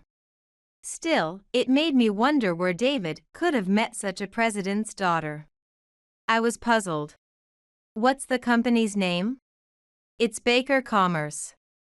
Hearing the name of the mistress's company made me think. It sounded familiar. After a moment, I remembered that place. And decided to share something with the two, who were looking triumphant. I feel sorry for you finding out later, but I'll tell you anyway. That's impossible. After all, your company, it's under my control. What? No way. What are you joking about? Not funny at all. You're just coasting along on your dad's connections at a company. Oh really? You could keep your dreams to yourself. This is no joke. Although I'm mostly doing clerical work now, I'm learning management skills from my father in preparation to take over as his successor. I have to be mindful of my seniors. And sometimes it gets me down thinking I'm not recognized. So, Baker Commerce, it's under my father's company, and I'm the leading shareholder. Kelly, do you know who owns your parent company? Don't be ridiculous. It's Stone Corporation, right? Yes, I'm the daughter and the heir of Stone. What? David, you know my father is the president of a major corporation, right? It's not strange that his daughter would be a shareholder of one of its subsidiaries. Both of you, do you understand what this means? David, you becoming the successor is impossible because I, the principal shareholder, am against it. I could see David and his mistress's faces turn pale instantly. Well, I didn't know Kelly's company was under that umbrella. Having someone who cheats as a successor is too risky. I will make sure to report this properly. Because if news of the heir of a significant subsidiary being involved in cheating or divorce scandal surfaces, it will tarnish the parent company's reputation, right? Don't you think? As I said this, David, boiling with anger, retorted. You should just keep quiet about it. Yes. Just keep this between us. You must be seeking revenge because I cheated on you. What an awful woman. And what's this about going back to your parents' home now? As a shareholder, you must have a lot of money. You kept quiet about that too. In the past, being the daughter of a wealthy father, I had endured unpleasant things. Your dad is rich, so this should be easy for you, right? I was often forced to treat others or faced with prejudiced views. That's why I chose not to tell anyone. Without changing my expression, I listened to David and then spoke my mind. I don't do things I believe are wrong. I didn't mention being a shareholder because, during our time together, I didn't want to rely on my family's status. But, in the end, not letting go of the shares was like taking out insurance for myself. But after divorcing David, I realized something.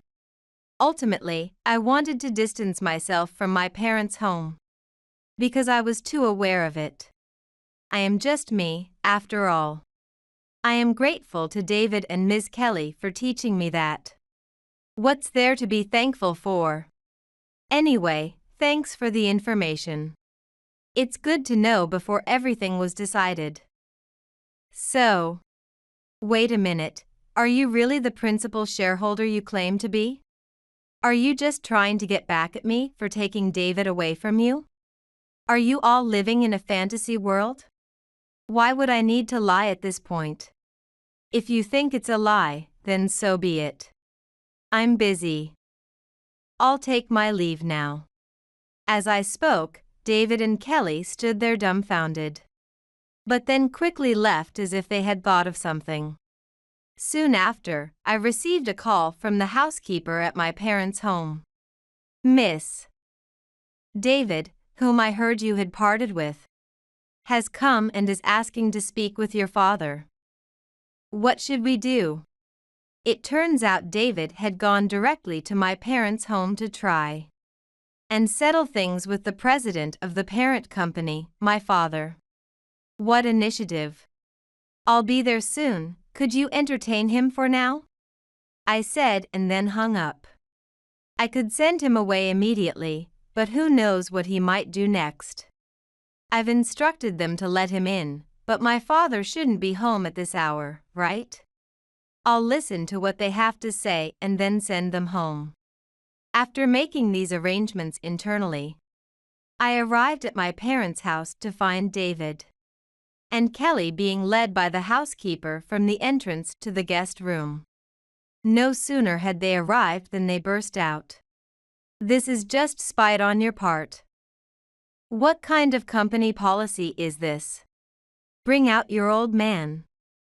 Really, there's a limit to holding a grudge. Despite themselves being the ones who had a marriage of conquest. I thought it ridiculous. Busy as he was, my father wouldn't be home at this hour. So I played along, all right. If my father is at home, then fine. Otherwise, this conversation never happened. You two have no right to speak on this matter. They both looked frustrated. But given that my father was the president of a major corporation, they had no choice but to comply. I'll check with my father, so wait here. Hurry it up, will you? I knocked on my father's study door. Knock knock. When I opened the door, to my surprise, my father was there. Father. What are you doing here at this hour? I couldn't help but exclaim in surprise. Well, just something. What about you? It's rare for you to come to my study. Well, David and his wife have come over. They want to talk to you. Understood. Let's go. My father and I moved to the guest room where David and Kelly were waiting. So, David. It's been a while since Wendy's wedding. I heard you two had parted, but what brings you here? My father spoke in a calm tone. But his overwhelming presence made David too nervous to speak. Thinking the conversation wouldn't progress this way, I took the lead. I'll explain. The company of Kelly's father, where David is currently working. He plans to marry his new wife Kelly and become the heir there. My father, arms crossed, listened intently to me as he looked towards David and Kelly. The lady here had already met David while he was still married to me. And at the time, it was an affair. And they parted with me so the two of them could be together. I informed them that I would oppose his promotion to president due to his history of infidelity and cheating, using my authority. As I spoke, I thought to myself that this wasn't an explanation I should be giving as someone who had been cheated on and discarded. My father hummed thoughtfully, arms still crossed. In the tense atmosphere, David finally spoke. Please. Our child will be born soon. It doesn't make sense for the husband of the president's daughter not to be the next president. Considering the public perception and everything else. It's a big problem if he can't become the heir because of a grudge from the divorce. Isn't it unprofessional to let personal feelings interfere with company management? I was impressed, in a bad way, that he could say such things to the father of his former spouse. As I was pondering this, my father said, I understand your desire to be president. Actually, I was in my study today because I was dealing with information that would be troublesome if leaked within the company. And that was about your company, David. After a pause, my father started speaking. To be straightforward, David, I cannot recommend you as the next president or successor. David reflexively protested. Why not? I listened quietly, realizing from my father's tone that my involvement was unlikely to be the reason. Based on the reports of your background, we knew that Kelly's husband was David. And of course, that you were married. That means we're also aware of the circumstances. That's a concern in itself, but my father seemed hesitant to continue. I shouldn't say this. It involves privacy. My father glanced at David before stopping his explanation. Unconvinced, David pressed him. What? There's no privacy between spouses. Tell us everything. My father looked awkward. Indeed, it's terrible to leave things hanging after talking this much. I'll tell you, but I'm not responsible for what happens next. Is that okay with you? David, Kelly, and I all swallowed nervously. David, it appears you've been meeting 3 other women since divorcing Wendy. The secretary, a high school girl, and a nightclub worker. This is indefensible. Scandals are a sensitive issue nowadays. We at the top management have determined that this is due to your character. And we have decided not to recommend you as the next president. Even after hearing this, would you still say it's out of spite or personal feelings?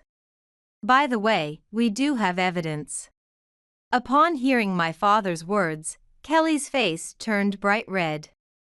David, were you deceiving me? I had no idea. Don't joke around.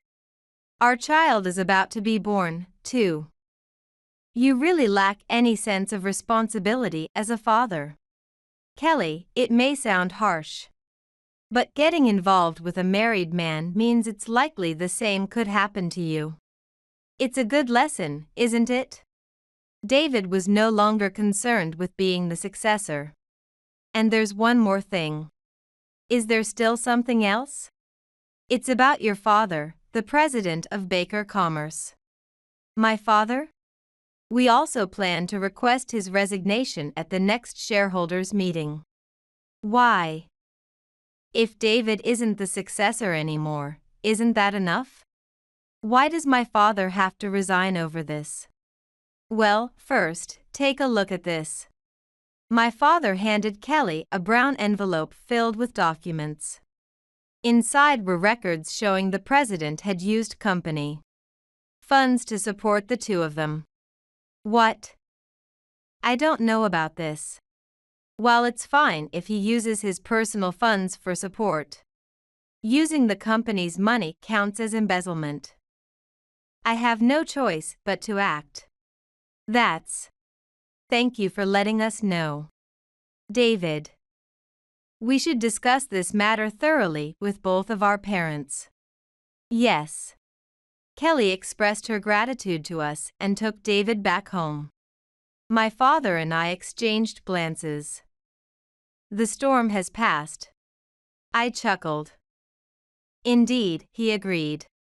Afterward, David was fired from the company, and Kelly filed for divorce, pursuing him for compensation and child support.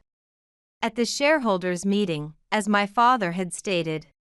5 years later, my mother-in-law passed away, and I attended her funeral. The overcast sky seemed to reflect the sadness in my heart. The friends of my mother-in-law present were quietly shedding tears. "Wendy, thank you for coming today." "No, she was very kind to me during her life." While I was speaking with my father-in-law, a voice interrupted. "Hey, Wendy. It's you, right?" Turning towards the voice, I saw David in disheveled morning clothes. He appeared much older than his years. Surprised to see him there, I widened my eyes in shock. And my father-in-law looked equally puzzled. "Why didn't you invite me, Dad? I'm her real son." "Mom must be sad not to see me." "David, you were disowned, that's why you weren't invited." Did you look up the funeral details yourself?" His loud voice was embarrassing. As he approached, my father-in-law stepped back with each word. "Well, anyway, I should get part of Mom's inheritance, right?" "Huh? How can you say such a thing in front of grieving people?" The other attendees stared at David in disbelief. "There's no money for you. Mom's inheritance will be donated in full to an orphanage. That was her wish." My father-in-law's voice trembled, his forehead vein bulging with anger. "What? Then how am I supposed to live? What are you talking about? You're healthy. Work and earn your own money. And please, don't cause a scene during the funeral." Unaware of the cold stares from around him, David turned his gaze from my father-in-law to me and stepped closer. I inadvertently let out a small scream and hastily shut my mouth. Then stepped back like my father-in-law.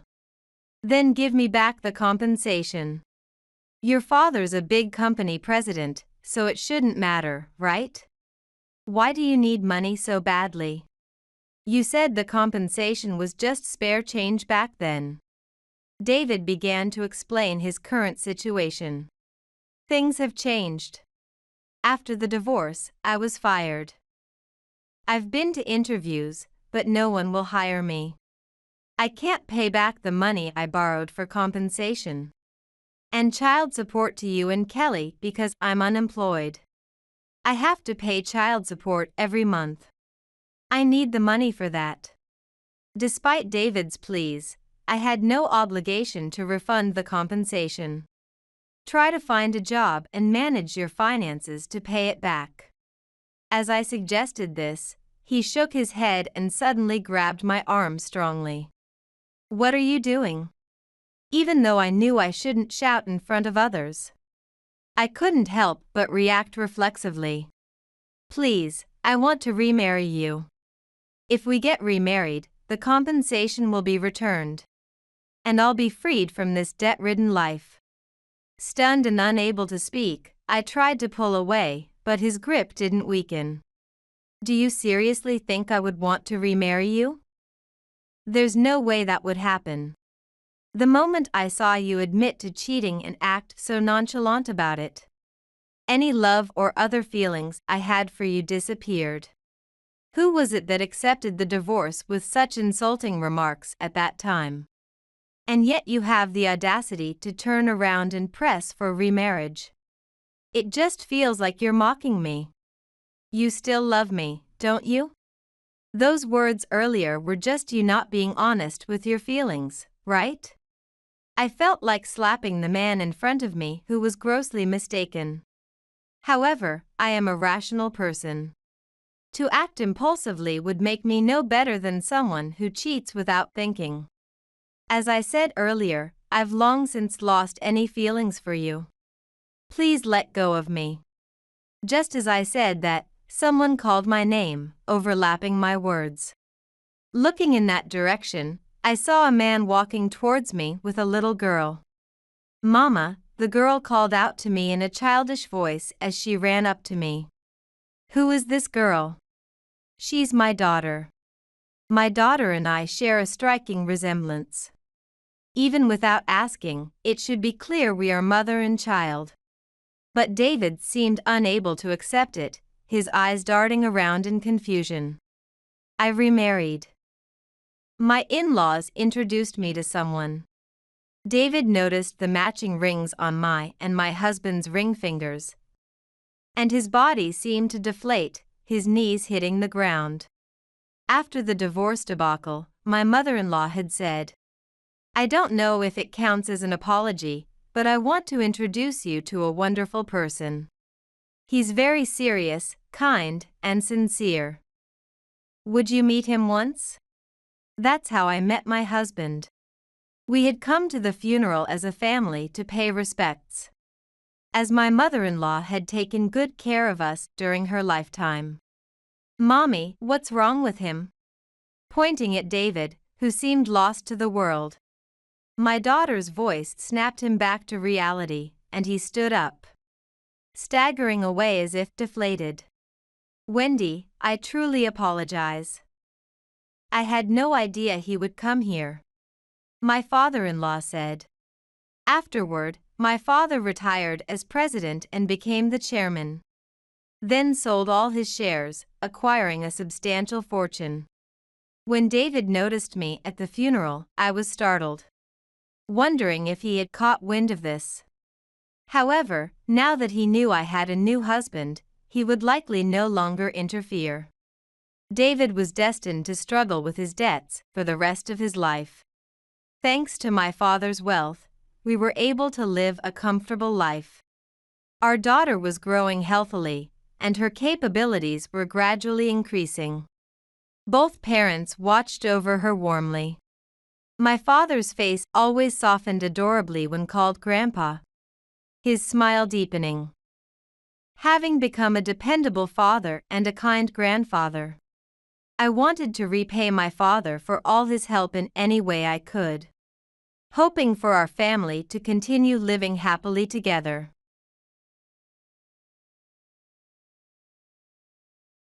The wife's money is the husband's money. It's common sense for a wife to serve her husband, right? So you'll be using your credit card for today's payment. If you don't obey silently, I'll divorce you. With a sinister smirk, my husband, Scott, whispered to me. He had booked a luxury restaurant without my knowledge, and gathered 15 family members, insisting on paying with my credit card. That was a card he had stolen from me. It was an unbelievable situation, but I remained utterly calm. The wife's money is the husband's money? It's common sense for a wife to serve her husband? I've never heard such a thing, but it doesn't concern me. Because I've been single for a month now. Huh? What nonsense are you talking about? When did we get divorced? Don't lie because you're upset. Well, you don't have to believe me. I'm just stating the facts. And I have one more important thing to tell you. The credit card you stole from me? It's already canceled. You really are foolish for booking a luxury restaurant without knowing that. Huh? Lindsay, are you making fun of me? I'll really divorce you. Scott yelled in anger, but I was still calm because I knew everything. Today, I would expose his true nature in front of our relatives. They were already murmuring, likely due to his loud voice. The in-laws approached us as representatives of the relatives, both wearing worried expressions. What's wrong, Scott? Why are you raising your voice all of a sudden? That's right. We're not the only ones here. There are other customers around. Lindsay, your face looks scary. What happened? Scott looked at me, his face saying, "Don't say anything." I had seen that face many times before. He wanted to silence me with his silent pressure. But I was determined not to be controlled by him anymore. I stared back at him silently, but he turned to face the in-laws instead. Mom, Dad, it's nothing. Just a little marital spat. I booked a luxury restaurant, so she's worried about the budget. I told her I would pay, so it's all good. Indeed, we rarely come to such an upscale restaurant. Are you sure it's okay? It's okay. Don't worry. I've been saving to treat everyone today. I thought, he's really good at pretending in front of my in-laws.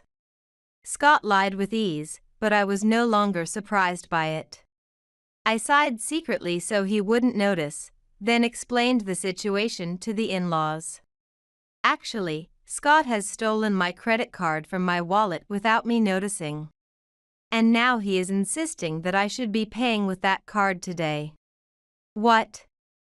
What do you mean? He stole your credit card? Isn't Scott paying today?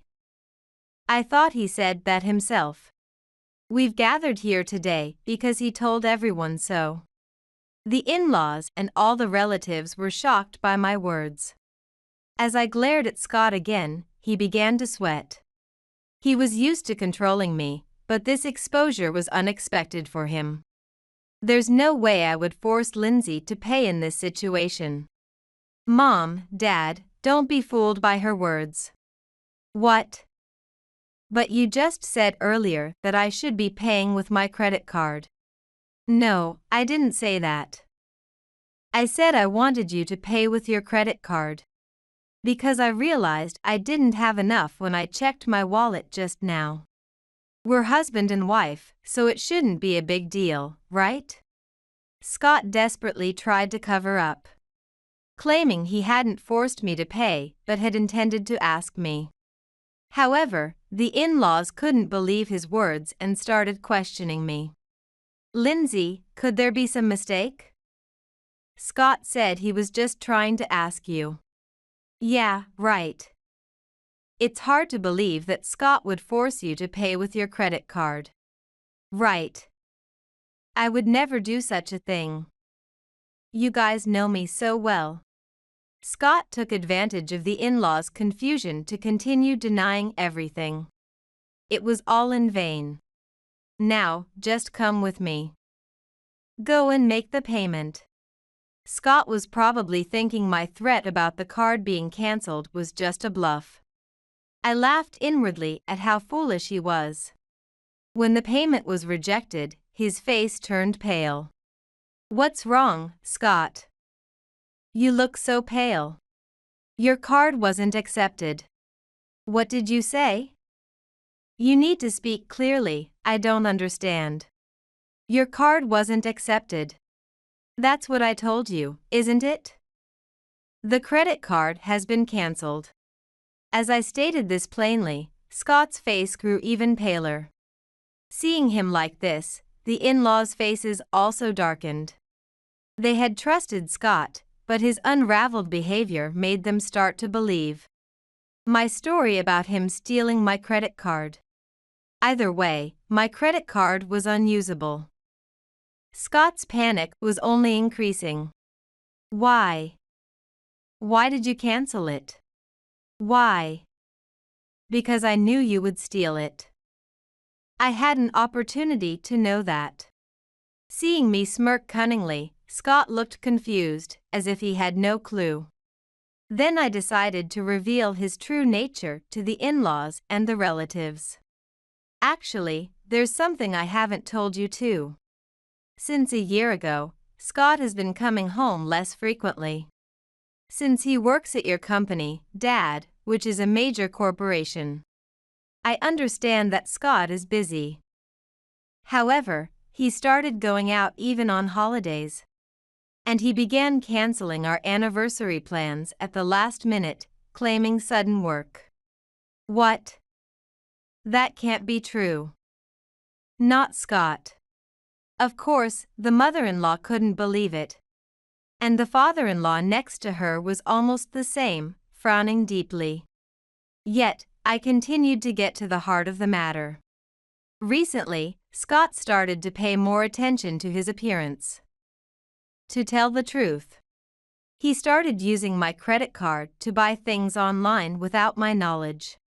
So, I asked Scott for proper couples time and not to use my card without permission. But he wouldn't listen, saying it was common sense for a wife to serve her husband. And even threatened me with divorce if I didn't like it. The in-laws' gazes shifted to Scott simultaneously. They were still half in doubt, but if what I said was true, Scott was deceiving not just me, but also the in-laws and the relatives. It was a very bad situation for him. Lindsay doesn't seem to be joking. Scott, could you really have? Scott steps forward as if to interrupt me, wanting to take the initiative before the in-laws can question him further. He fixes a sharp gaze on me as he speaks. If you're going to accuse me that much, you must have some evidence, right? If it's just your word, you can say anything. Even in this situation, Scott looks down on me from a position of perceived superiority. Clearly, he still underestimates me. It's true that without proof, he could escape by claiming that it's all made up. But I already know everything he's been hiding, and he's unaware of that.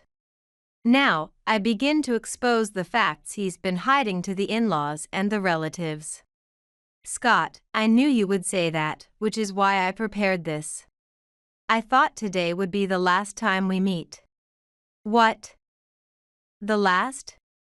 Ignoring Scott's words, I pull out a document and show it to my mother-in-law. Lindsay, what is this? She is so shocked that she nearly crumples the document in her grasp. She shows it to the other female relatives, who exclaim in unison. What is this? This can't be possible. Meanwhile, the male relatives seem unable to keep up with the unfolding situation. No wonder, since the document contains a purchase history of luxury women's brand products. Scott, this purchase history is yours, isn't it? Why have you been buying so many women's luxury brand items? And with my credit card, no less. I haven't received any luxury items from you, though. What? Scott, you bought all these brand products with Lindsay's credit card. And didn't give her a single one. What's going on? My mother-in-law raises her voice unabashedly, indicating just how implausible she finds the situation. The amount Scott had spent was over $10,000, which significantly contributes to her shock. Not just my mother-in-law, but also other female relatives begin to berate Scott, saying, "Unbelievable." Scott falls silent, seemingly lost in thought, but then he speaks in a barely audible whisper. I was giving them as gifts to the female employees at work. They often gave me treats and stuff. His explanation is weak. And it seems he wasn't expecting me to have kept the purchase history. He's unprepared and scrambling for an excuse. However, his explanation is not entirely implausible. Scott is popular at work, and it seems that despite knowing he's married, female employees have been giving him various gifts. Even if that's the case, the fact remains that you used Lindsay's credit card without permission. How do you explain that? That's right. We didn't raise you to be someone who would steal other people's belongings. No matter that Lindsay is your wife, you can't just take someone else's property. The in-laws are furious with Scott. It's a matter of common sense. No matter the relationship between husband and wife, there are things one simply does not do. Well, everything is over now. I have nothing more to say. Lindsay, no. You can't let Scott off the hook like that. That's right. Scott. You have something to say to Lindsay, don't you? Sorry, Lindsay, for using the credit card without asking. I just really wanted to give something back to the girls who had been kind to me. Scott, perhaps realizing he had provoked his parents' ire, admits to using my credit card and apologizes. He even shows a semblance of repentance, promising never to do it again. His apology is vehement. Watching this, the in-laws and relatives seem to accept his apology, albeit with some disbelief. But I'm the only one smiling inside because I know his apology is just an act. Without being pushed to his limits, Scott will continue to lie and make excuses. But I won't let that happen. With a mischievous grin, I slowly pull out my smartphone. Let's peel off his disguise. Surface-level apologies won't cut it. Can you say the same after hearing this? The moment Scott's gaze shifts to me, I press the play button. As the audio begins to play, his body starts to shake. Don't worry, Emma. I'm divorcing her and will be with you. Really? Scott, you're not lying, right? Right, it's true. You're much kinder and cuter than that dried-up woman. Scott, thank you. The in-laws and relatives are in an uproar. The recording is of a conversation between Scott and his mistress, Emma. She's so dumb. She doesn't even realize I'm using her credit card. Poor wife, huh? It's okay. She deserves that treatment. After all, she's just a maid at home. Wow, that's harsh. The recording continues unabated. In his conversation with his mistress, Scott belittles his wife, me, and clearly indicates his intent to leave me. As you've just heard, Scott has been having an affair with a woman named Emma. He was gifting her the luxury brands. He hid this and lied in his apology. This can't be forgiven, right? No, it's not true. I didn't do that. Then who is the woman in this recording? She's a younger colleague at work. I often give her advice. How do you explain the conversation, then? Lindsay must have made this to frame me. Nowadays, you can do anything with computers. Please stop making such misleading stuff. In front of the in-laws and relatives, Scott panics but refuses to admit to the affair. In the end, he claims the recording is a fabrication by me. Really, he has no shame. Scott, enough. That's clearly your voice. It doesn't sound like something made up. That's right. And to treat your dear wife, Lindsay, as if she's just a maid, what is that about? Wait. It's really not true. Lindsay is trying to frame me, to trouble me. As the in-laws chastise him, Scott turns to them, claiming it's all my solo act, hoping perhaps to garner some sympathy. But everyone looks at him not with sympathy but suspicion. Unaware of how ludicrous he appears, Scott continues to rant. Meanwhile, I slam a document in front of him amidst the relatives. What? Alimony demand paper. Yes, that's right. I'm demanding alimony from you.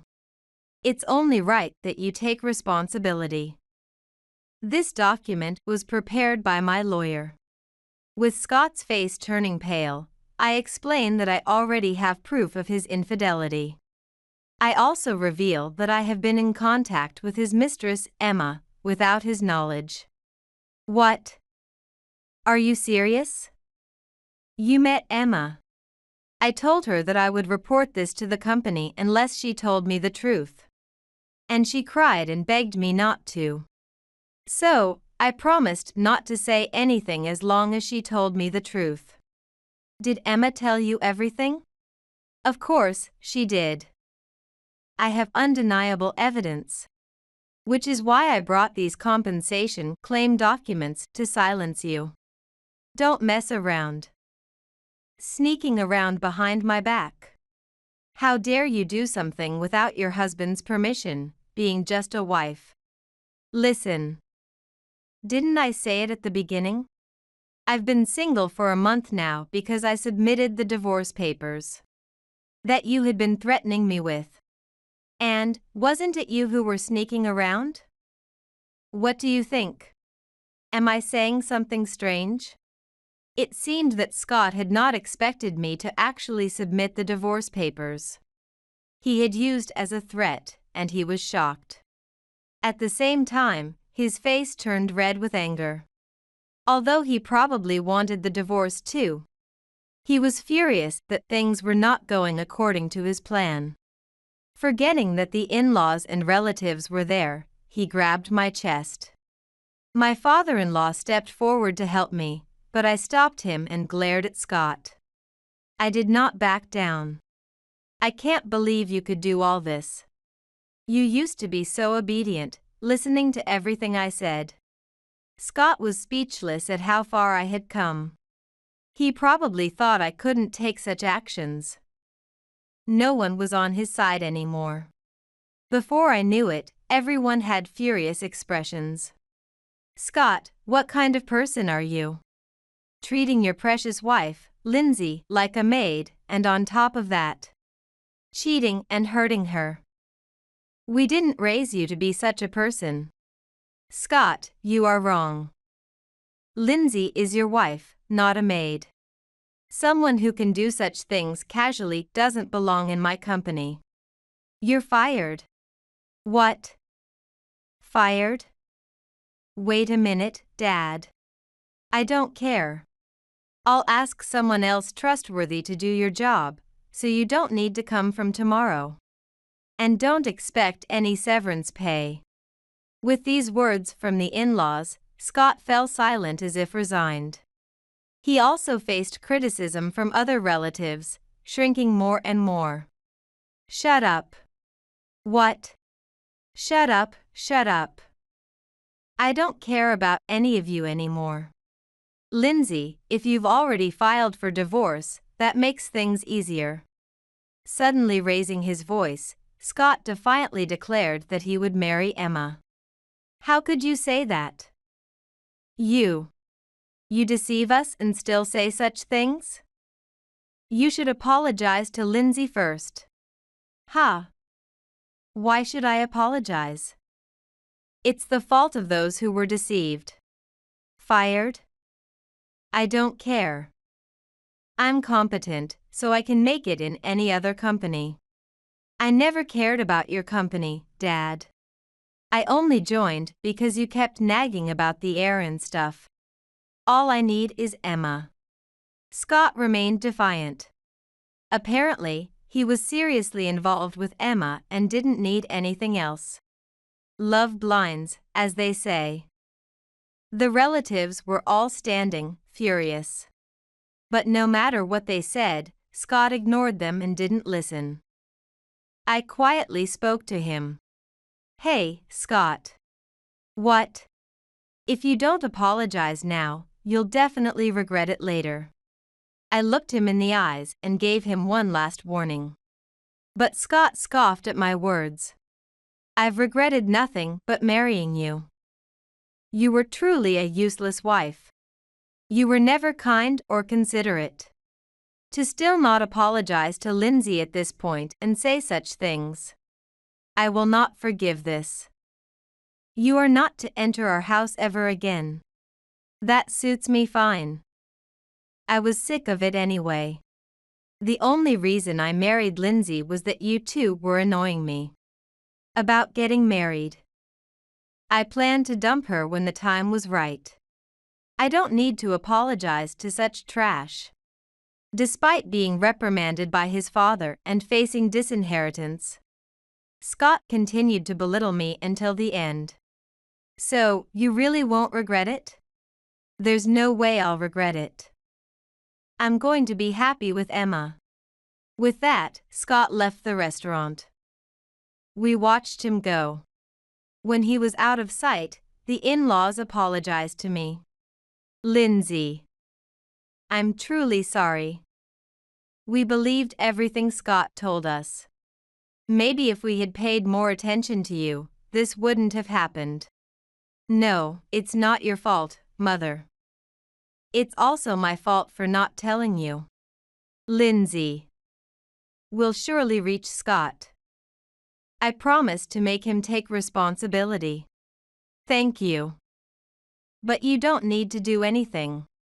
I smiled reassuringly at them. The in-laws and relatives looked puzzled, wondering why. You'll probably understand why soon. The in-laws and relatives were confused, but I knew. Scott would definitely come to regret his actions. A few days later, my ex-husband returned to our home in a panic. Hey, what's going on? What could you possibly mean? Emma, she's disappeared. I can't reach her no matter how much I try. Oh, that's unfortunate. Lindsay, do you know something? With conviction, my ex-husband spoke. I handed him an envelope. He was shocked to look inside. Emma had been dating multiple men besides my ex-husband. Something akin to sugar dating. The envelope contained photos of Emma on dates with other men, entering hotels. I told him what I had learned when I visited Emma. Emma said you were just a cash cow. Apparently, you were at the bottom of her list. It seems she had a real favorite, and she was fully intending to use and discard you. That can't be. Emma would never say that. We truly loved each other. Unfortunately, she didn't love you at all. You were just a wallet to her, just like you intended to discard me. You ended up discarded by her. It's a lie. It's not a lie at all. After hearing all this, my ex-husband's face turned pale as he finally realized the gravity of his situation. For the first time, he sincerely apologized to me. Lindsay, I'm truly sorry. I was a fool. Please forgive me. Let's start over from scratch. It's too late now. Didn't I tell you before? If you don't apologize, you'll regret it.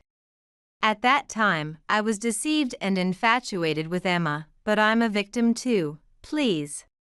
My ex-husband looked up at me with a face that seemed about to cry, begging for forgiveness. But I felt nothing looking at him. Oh. I thought it was the fault of the one who gets deceived. Isn't that what you told me and your parents? At that time, I didn't think Emma was that kind of person. But you said that having Emma was enough for you. And left me and your parents, didn't you? If you had told me about Emma back then, none of this would have happened. What are you talking about? You didn't even try to listen to me. Besides, I wanted you to regret it, so I wouldn't have told you even if you asked. My ex-husband's face turned from pale to white, collapsing to his knees and staring at the ground. What I can't forgive is that you deceived not only me, but also your parents and our relatives. I'm sorry. Really sorry. Let's really start over, okay? I truly understand now that I need Lindsay. I'm telling you it's impossible. I have no feelings for you anymore. If you just pay what you owe me, that will be enough. That's so cruel. Ignoring my ex-husband's attempts to reconcile, I demanded alimony and also demanded that he pay for the expenses at the high-end restaurant, then left the house. I had no lingering feelings for Scott. May he atone for the suffering he caused me? I didn't look back. I had decided to only look forward. Afterward, my ex-husband was left alone. The only thing remaining with him was his debt. The cause seems to be not only his squandering on his affair with Emma, but also his habit of treating his colleagues to gain their favor, which he used to offload his work onto them. Originally, my ex-husband was not competent, but had used unscrupulous methods to elevate his standing. Naturally, without real skills, job hunting was difficult, and he fell into a miserable state. He always claimed he was excellent, but look at him now. Truly, he reaped what he sowed. The in-laws and relatives, knowing all about the incident, refused to help him in any way. On the other hand, I moved to a new apartment, returned to the company I worked at before getting married, and started a new life. With the support of my colleagues, everything went smoothly, and I felt lighter in spirit. Indeed, people should support each other. Unlike my ex-husband, who only thought of himself and hurt others, I want to live my life never forgetting to appreciate others.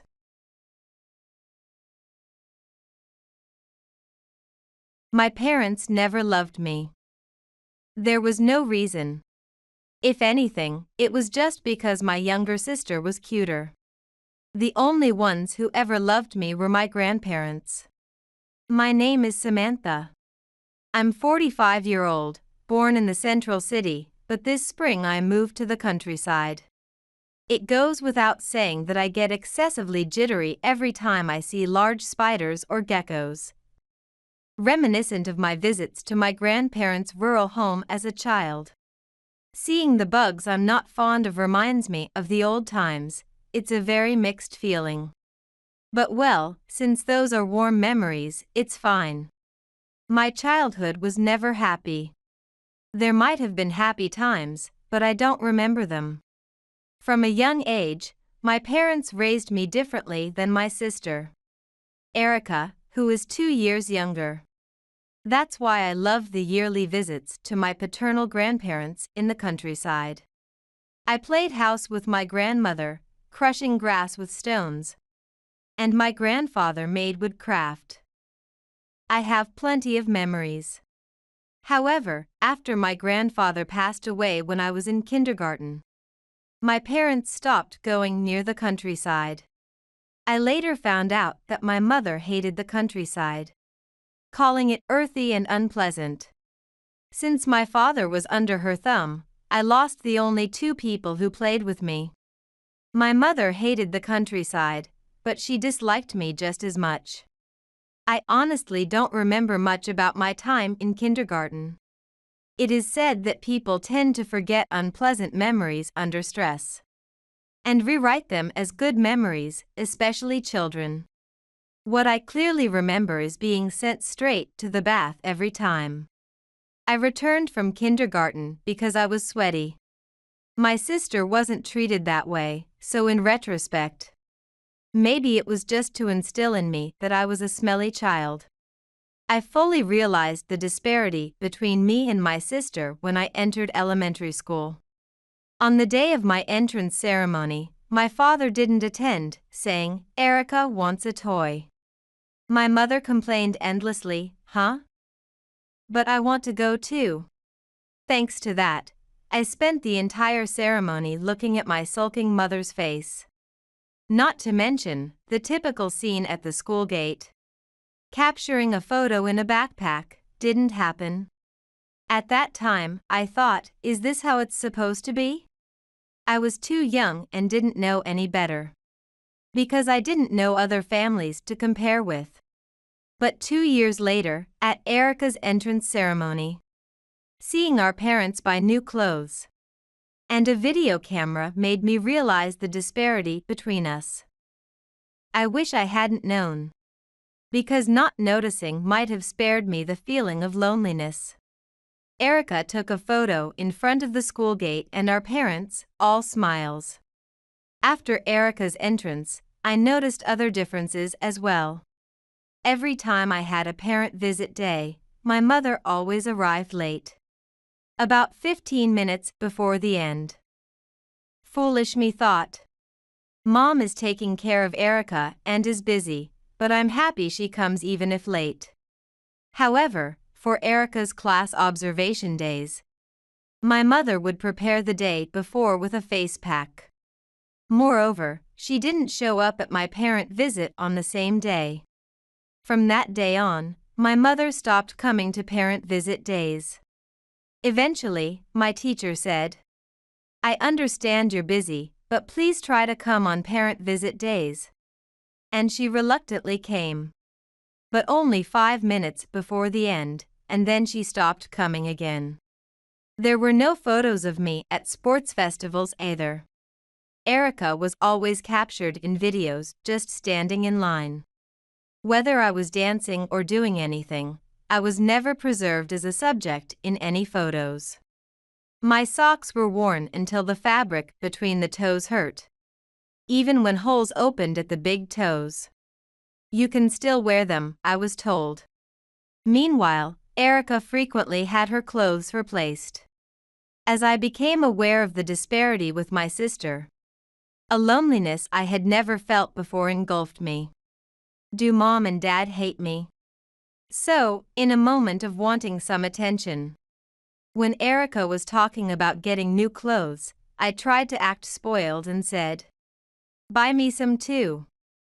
At the time, I was quite a well-behaved child. I thought their attitude was just how things are. And if I was good, maybe I would be treated like Erica. So, I thought surely they would grant my rare request. However, my mother, looking utterly annoyed, said dismissively, "Huh? Don't be selfish. If you keep talking like that, I'll put you in a facility," while snorting with laughter. My father also laughed and said, Hey, that's a harsh joke." "Well, Samantha, you're a good girl, right? Just endure it." At that time, I didn't know what a facility was. I looked up its meaning in a dictionary in the school library, but I still didn't understand. However, from that day on, my mother continued to threaten me with, "I'll put you in a facility," and even I came to know what it meant. I remember that night, tears wouldn't stop. My mother might have intended it as a joke, but for me as a child, it was as shocking as seeing the word despair come to mind. I still don't know why my parents disliked me so much. But I've heard that when siblings are close in age, parenting can be difficult, and gradually the younger child may seem cuter. Perhaps my family was a typical example of this. Regardless of my mother's true intentions, fearing that someday I might really be put in a facility, I became obedient to her. Then, one day when I was returning from elementary school with Erica, she stumbled on a stone and fell, injuring her knee on an awkwardly shaped drainage ditch. When I carried Erica home on my back, my mother was terribly upset and rushed her to the hospital. That night, I was yelled at by my mother, who was sobbing. "Why did Erica get hurt when you were with her?" Reflecting now, I was not at fault, and I had done everything I could for my sister. But at the time, as a 4th grader, all I could do was weakly apologize, "I'm sorry." When I inadvertently started to cry, my mother exploded.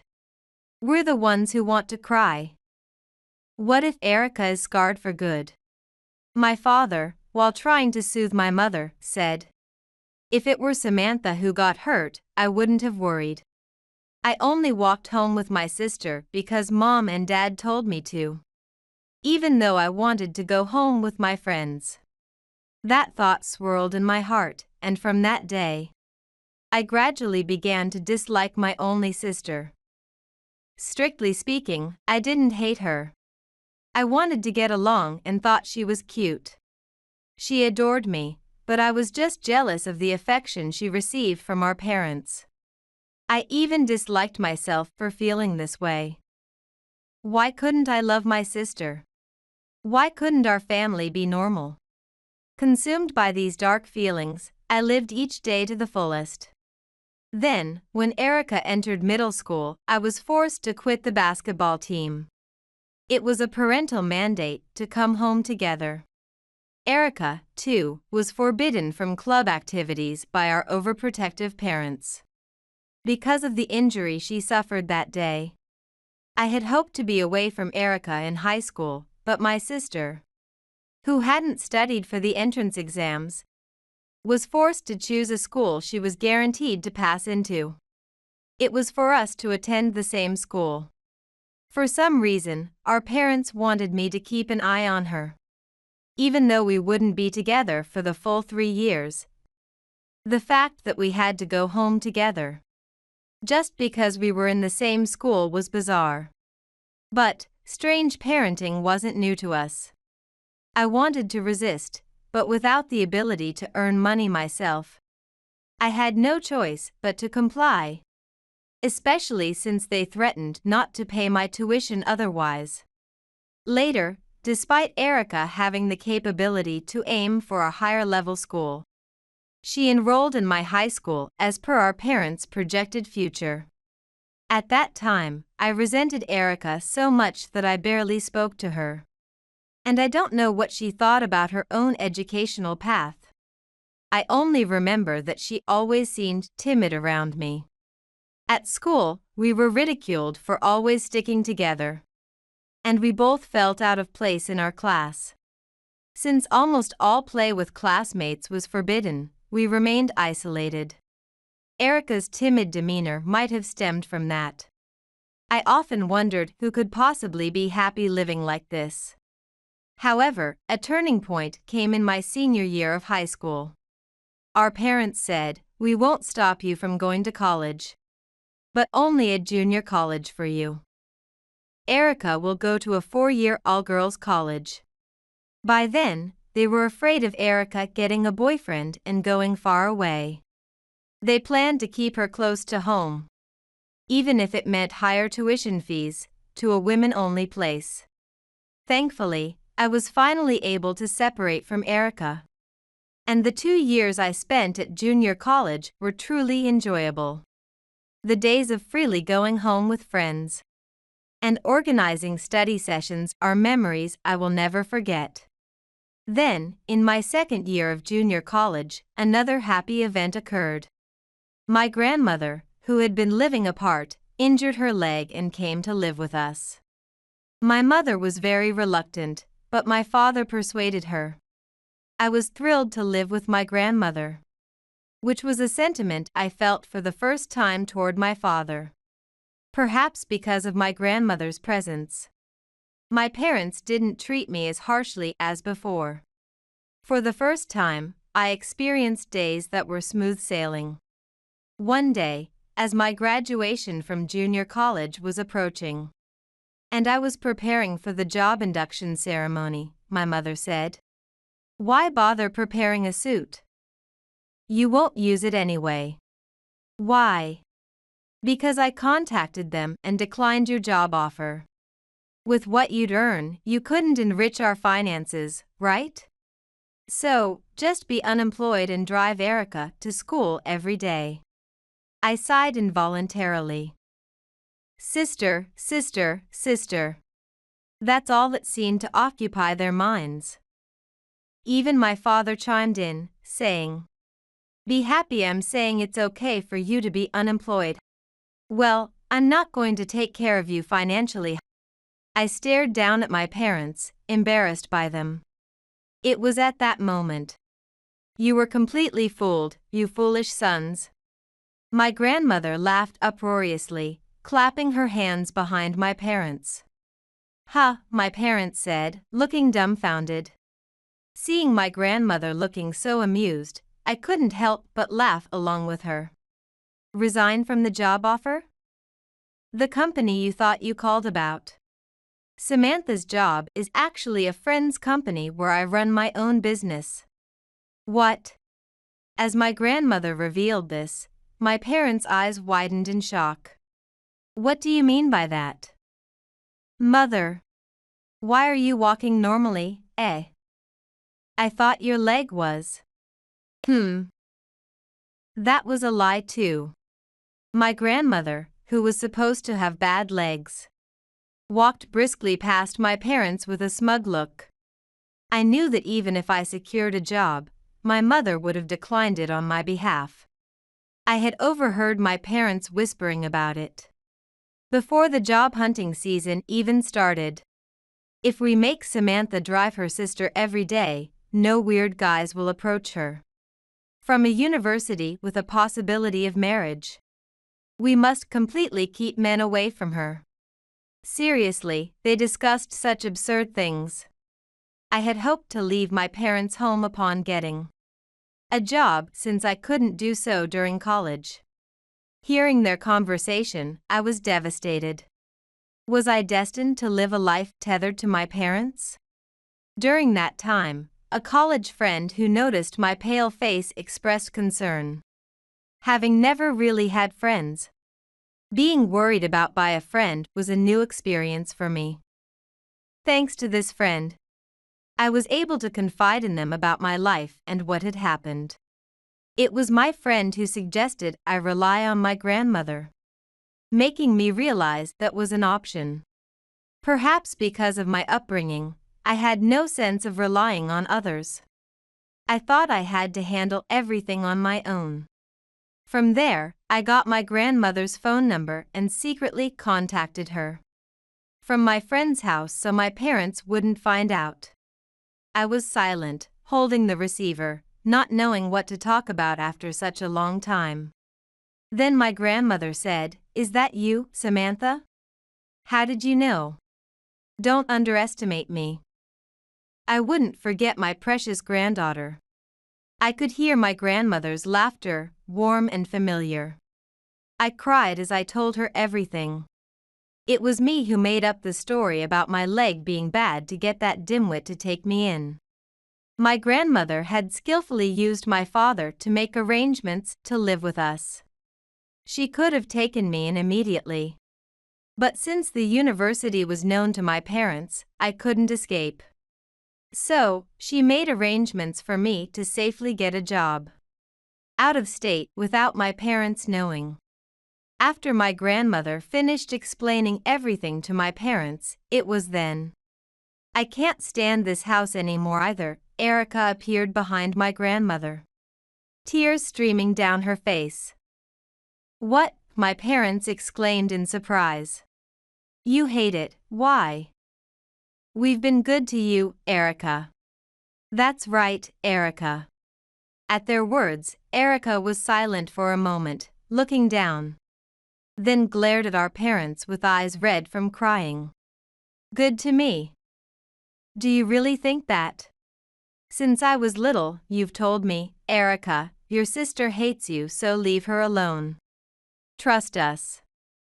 You lied and tore our sisterhood apart. I couldn't even choose the career I liked. Not just me, but my sister couldn't make friends either. Even though she was the only one who understood me, you did things to keep us apart." The first thing my grandmother did when she came to our house was listen to my sister's story. Honestly, at that time, I wondered why my beloved grandmother would listen to her, thinking I didn't care about such a person. But as my sister said, from a young age, our parents had instilled in her that her sister hated her. They said they were making a difference because I was a terrible sister, that it was for education. As she grew up, she realized how messed up our home was, but by then, she truly believed she was hated by me. That's why she was always so timid.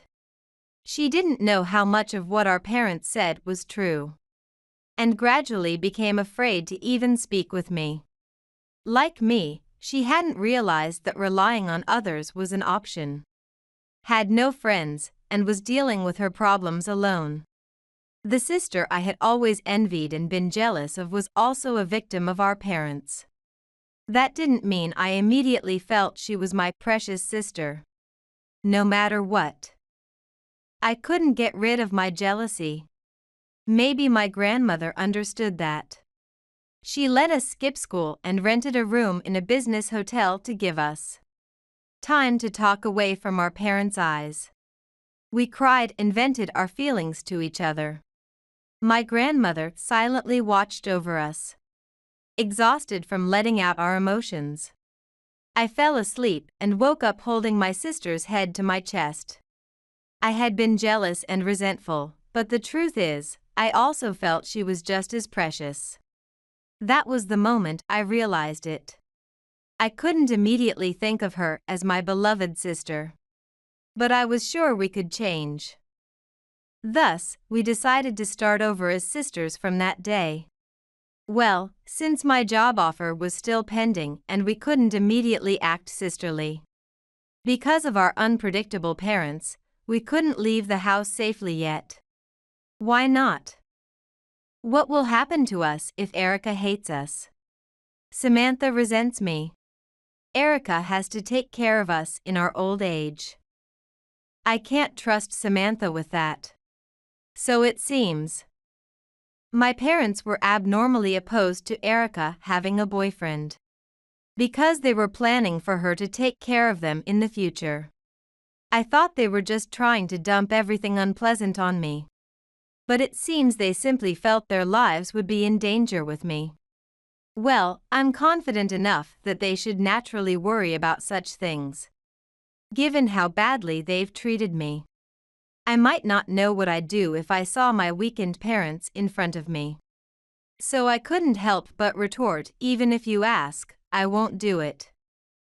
Are you crazy? Really, you're not a cute child, my mother glared at me.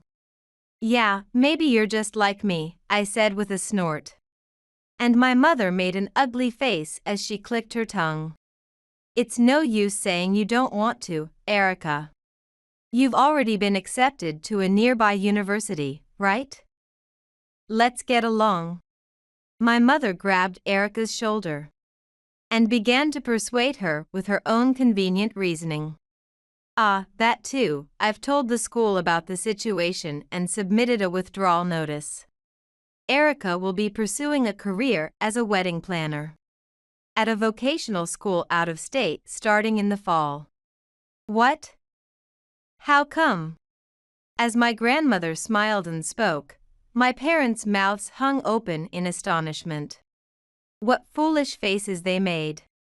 My parents, who had seemed terrifyingly invincible in my childhood, looked pathetically weak in front of my grandmother's nimble wit and robust demeanor. Maybe you fools don't understand, but you shouldn't take away a child's dreams. Didn't you know that Erica has always wanted to work in weddings? Trying to send her to some random liberal arts college, really? At my grandmother's words, my father raised his voice. Children's dreams don't come true, so it doesn't matter. That was the moment. Then, my grandmother slapped my father's cheek and said, "While I'm at it," and delivered a slap to my mother as well. Holding their cheeks, my parents stared at my grandmother like little children. The pain and suffering these two have endured isn't enough with just this. But if you keep talking nonsense, I'll kick you too? Saying that, my grandmother mimed a kick. I was happy that these children had dreams despite such worthless parents. They grew up decently without rotting. I have a responsibility too, for not realizing this situation for a long time. Let me at least help make their dreams come true. See? She said, looking at us sisters and smiling. Hey, we are the parents here. How dare you just decide such things? Parents? Just because you're parents, you think you can do whatever you want? If that's the case, am I free to pour boiling water on that foolish son of yours and just leave him be? My grandmother said with a grin, and from the look in her eyes, it seemed she might seriously do it, causing my father to tremble. Anyway, I'll be the one looking after these children. What? Don't just say whatever you want, Mom. You don't even have the money. Before your father died, he said every time Samantha comes to our house, it seems like her parents don't care much about her. What? Back then, Erica was little and needed a lot of attention. So I thought that foolish wife of yours was just too busy taking care of her. Your father was worried that Samantha was being unfairly treated. That's why, even after your father passed away, I kept calling you kids because I was worried, but you just dismissed it as meddling. I couldn't do anything because I didn't understand the reality of your parenting. If there was nothing wrong, indeed, my actions were meddling. So, yes, I also bear some responsibility for these children's unhappiness. According to your father's will, he set aside some of his retirement funds and inheritance for these children. We'll use that to live out of state. With a firm gaze, my grandmother declared this, and my parents slumped, deflated. Do we just need to apologize? Then will you leave Erica with us? My mother said this as she stared intently at my grandmother. My father added, if that's the case, I'll apologize. Ah. That's just it. Why don't you understand? Do you really think that such an emotionless apology can remove the pain these children have carried throughout their lives? My grandmother raised her voice and expressed her emotions, her clenched fists trembling. Listen. Never come near these children again. From now on, I will take responsibility and support them. You two are nothing but poison to them. Sever all parental ties from now on. What, sever ties? You're just a grandmother, you have no right to say such things. My mother became furious at my grandmother's words. Then, is it okay if it comes from your daughter? Erica and I both want to sever ties with you. Standing before my selfish parents, I had been at a loss for words. But finally, I could speak my true feelings. Erica feels that way too.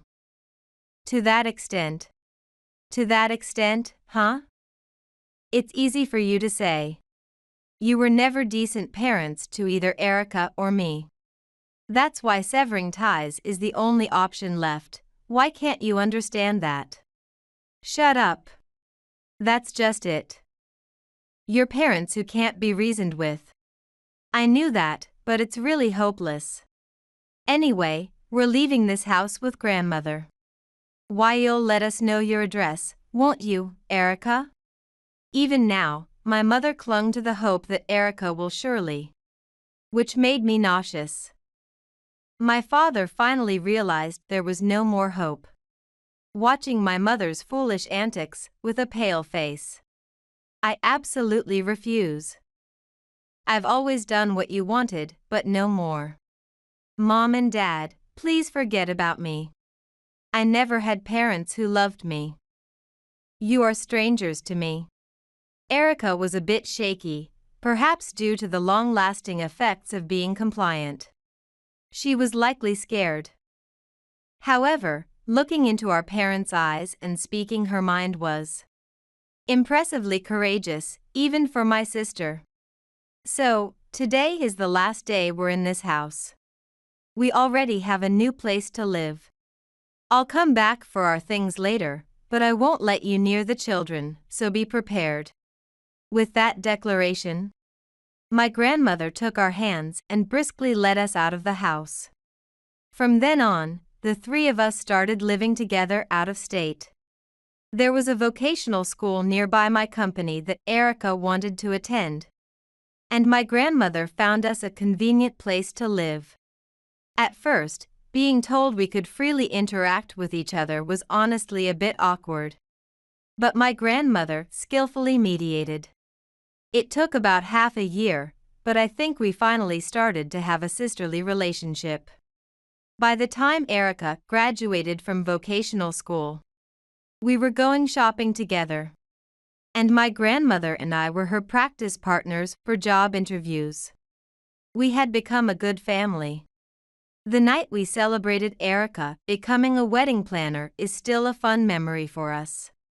Recently, my grandmother started asking us more frequently, "Hey, do you girls have someone special in your lives?" with a sly grin. As sisters who were inexperienced with romance, we would blush and exclaim, "Nope." But her questions reminded us, right, we're free to fall in love now. Having been without even friends for so long, romance had felt like something distant. It took a while for both my sister and me to trust others enough to have a boyfriend. By our early 30s, I was 31 and Erica was 29. We each started dating someone we met at work. After a long relationship, we both got married. My husband is a bit older and kindly accepted my family's unusual circumstances. Not with a sense of strangeness, but with empathy. Because of his understanding, I felt I could walk through life with him. Erica's husband had a similar family background, having been disliked by his parents and raised by his grandparents, who were very kind. He understood Erica's pain because he shared similar experiences. Our traumas were significantly healed by the presence of our grandmother and our husbands. It showed me that wounds inflicted by people can also be healed through new relationships. About our parents, I heard from my grandmother a few years ago that our mother had passed away and our father had become estranged from her after we left the house. Whether out of irritation or loneliness, he developed liver disease due to alcoholism. However, neither Erica nor I attended our mother's funeral or visited our father. It may seem harsh, but we were unsure how they would treat us if we reconnected. Afraid of their potentially twisted attachment, we chose not to see them again. This fear is something only those with toxic parents might understand. I have no regrets. Currently, I am raising two sons, one in middle school and the other in high school. They often argue over silly things like, "Don't read the cartoon magazine I bought before me." Watching them, I think, such foolish sons. But I also find it endearing. We sisters never had such times during our school days. That's why I hope my sons will always be close as brothers. Well, right now one is drawing on the face of his sleeping brother. Yeah, really, stay close. Erica is raising a little girl in elementary school. She's quiet and doll-like, much like Erica was as a child. However, last year, after letting my sons take care of her for a bit, she picked up some strange phrases which was a bit embarrassing to my sister. 2 years ago, our grandmother passed away. After Erica's wedding, she lived with me and cherished us sisters until the end. At the wedding, she cried and told us to be happy. Her last words to us were also about being happy. "Absolutely be happy," she said. "Yeah, Grandma. Thanks to you, I think I'm the happiest person in the world. I can say that proudly." This spring, my husband's job transfer took us to the countryside, where our grandparents lived.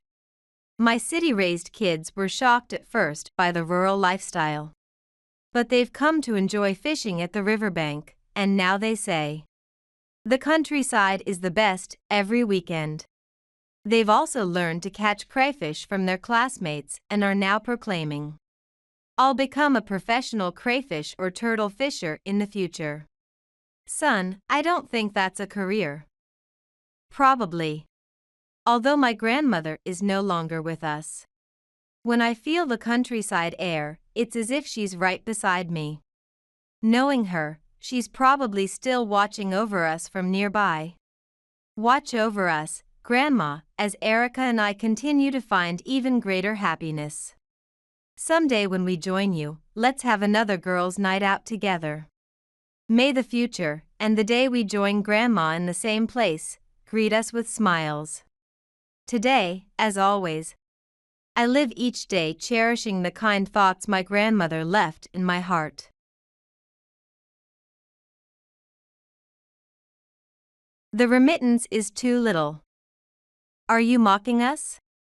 Suddenly, I was yelled at by my parents over a furious phone call. I was confused by my father's words. According to him, my sister was remitting $4,000 every month, while I was apparently mocking them by sending only 50 cents. That can't be true. I send $4,000 every month, I asserted. Huh? What are you talking about? It's your sister who sends $4,000. She's a model and earns a lot of money. Don't lie. Your sister is so capable, and you. My father grumbled. Then my mother, who took the phone from him, scolded me with an exasperated sigh. Just because you moved out, you're probably wasting money, right? Your sister is working hard and trying to make things easier for us. But you only think about yourself. You should learn from your sister who sends $4,000 every month.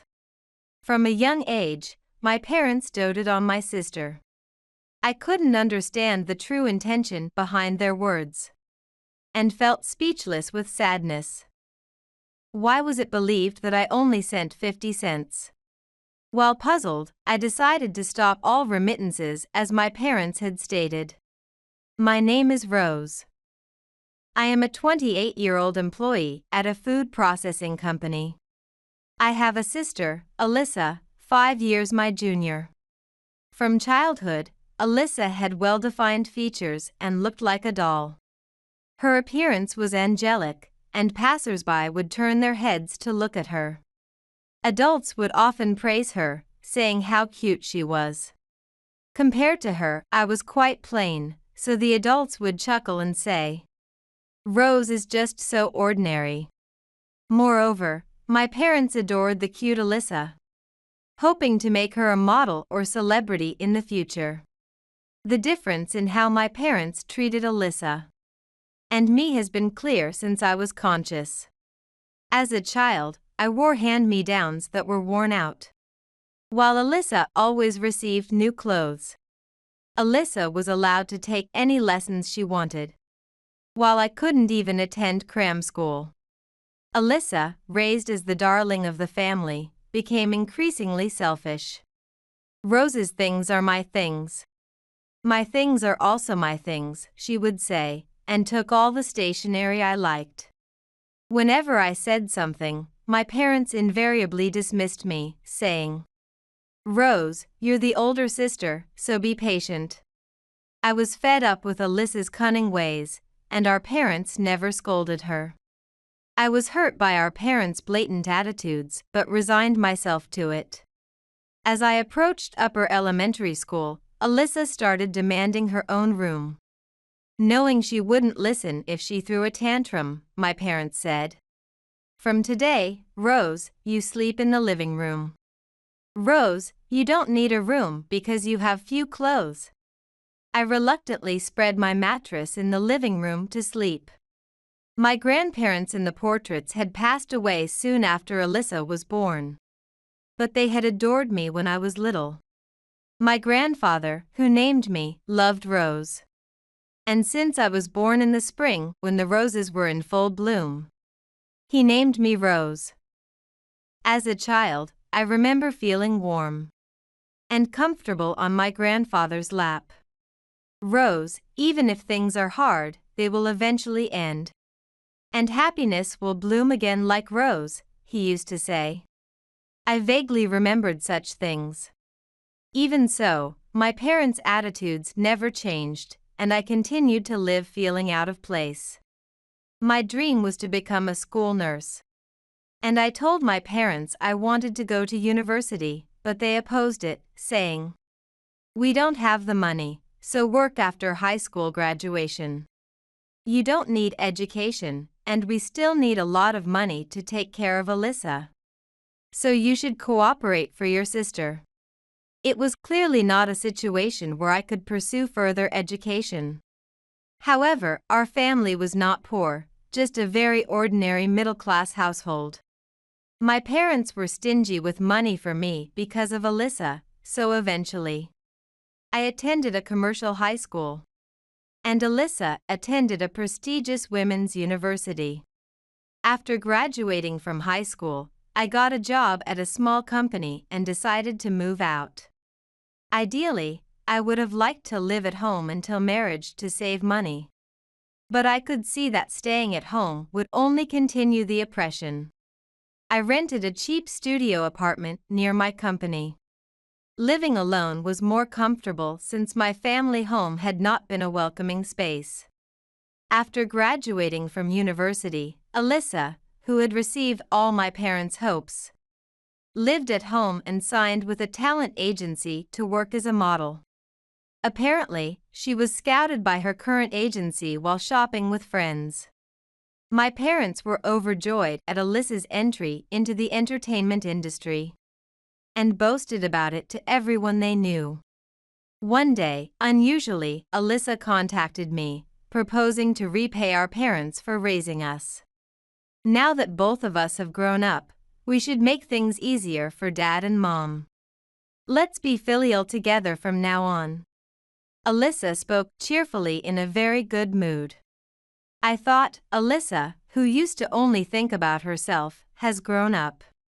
So, I was thinking about what Dad and Mom need, and I guess money would be best.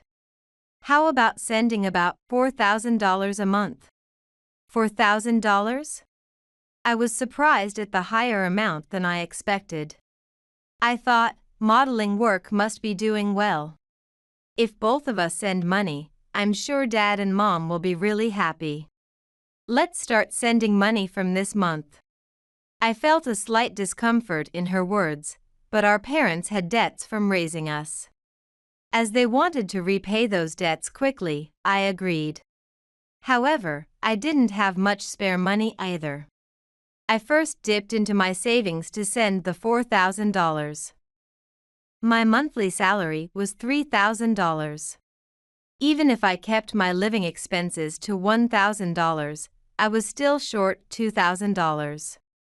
So, on my days off, I started working as a security guard at a construction site. The daily pay was decent, but standing outside all day was hard labor. Working outdoors was hot in the summer and cold in the winter. There were many hardships. Nevertheless, the construction workers, surprisingly kind, would buy me juice or snacks, saying, "You're a hard worker even though you're young." I also tried to reduce food expenses by cooking as much as possible and saving every penny. But it still wasn't enough. Is there any way to increase my income? That's it. I'll get a certification. I decided, and spent the free time at home, cutting back on sleep to study for certification. Work and study, my days passed hectically. Amid this busyness, I couldn't respond immediately to the numerous calls from my parents.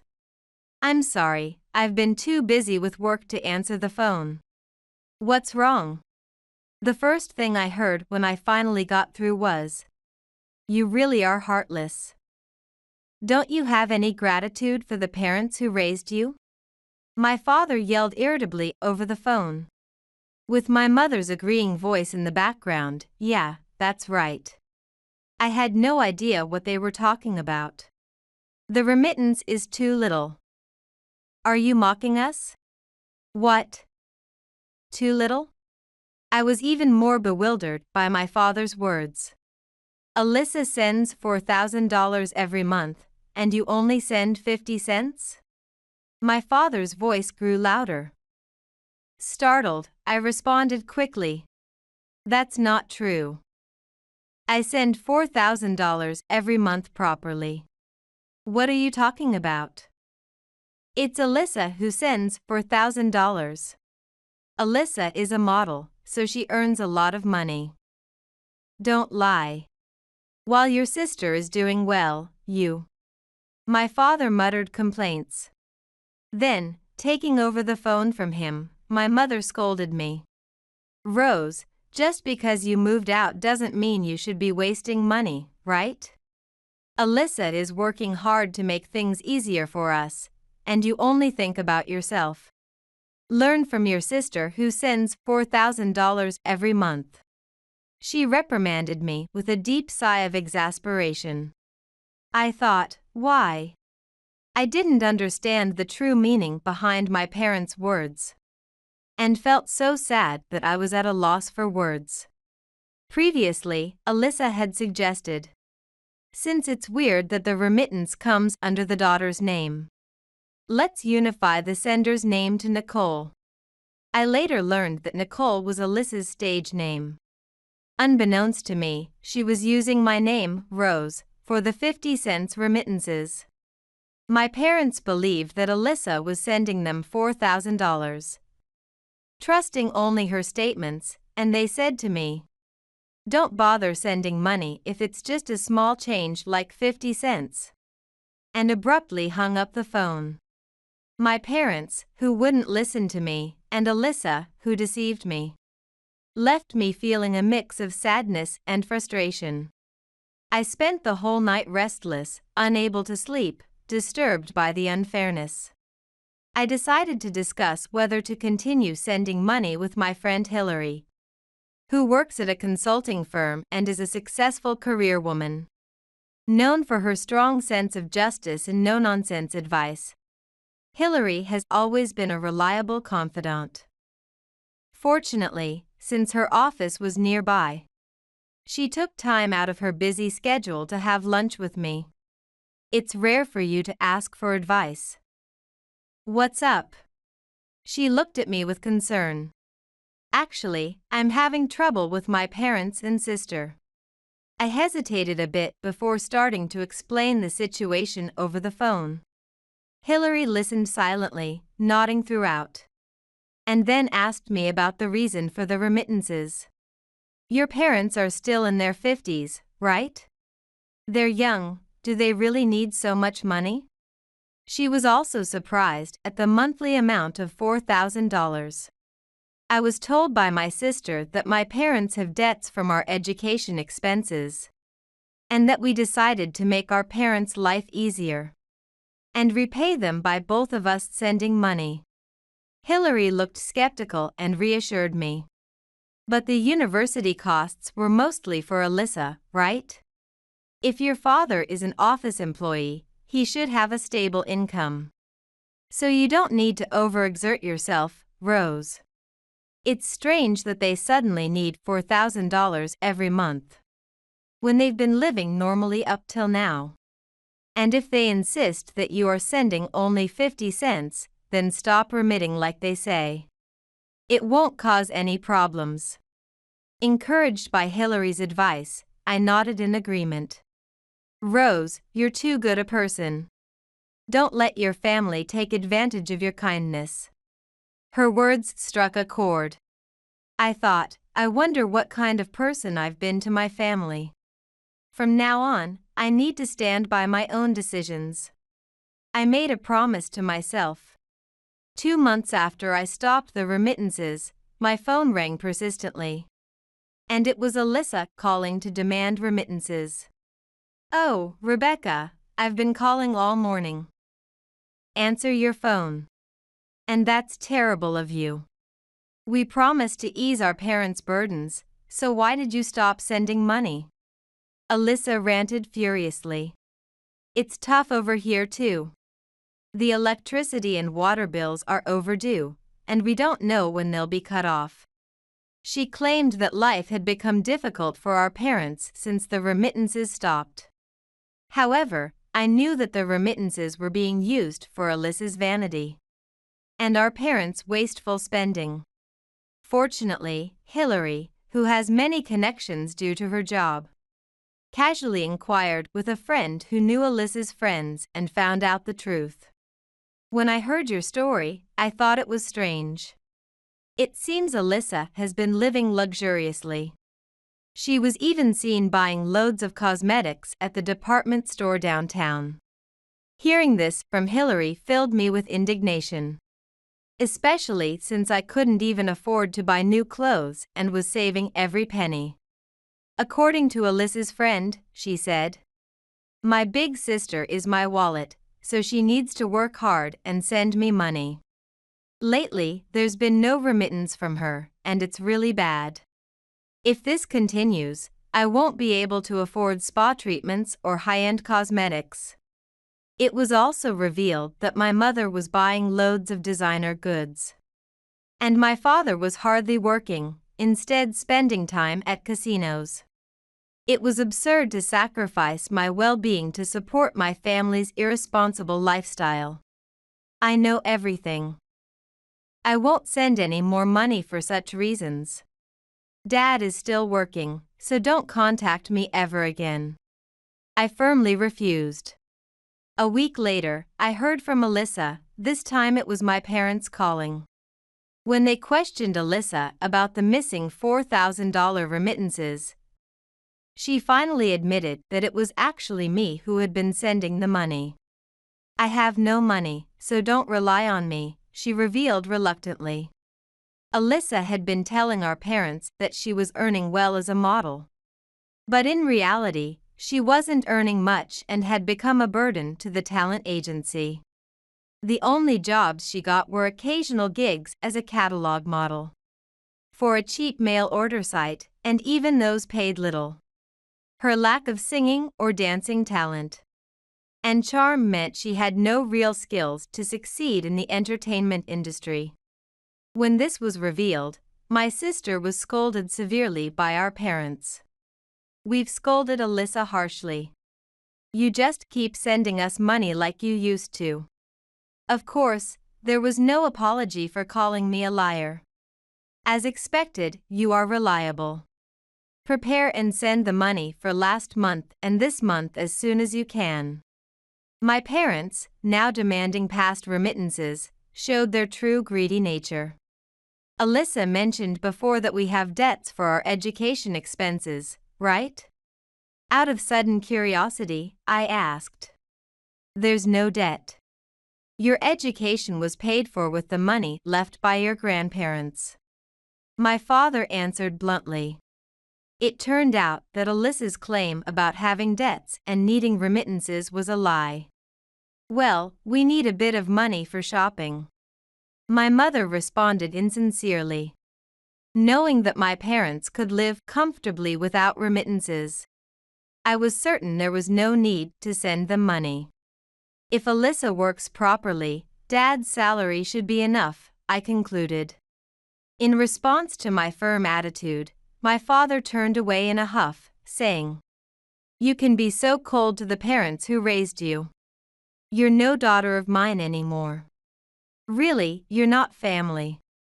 My mother looked incredulous as my parents expressed their dissatisfaction. They continued, "If that's the case, we'll cancel the savings account set up with the money your grandparents gave for your wedding expenses. You're a stranger to us now. Fine.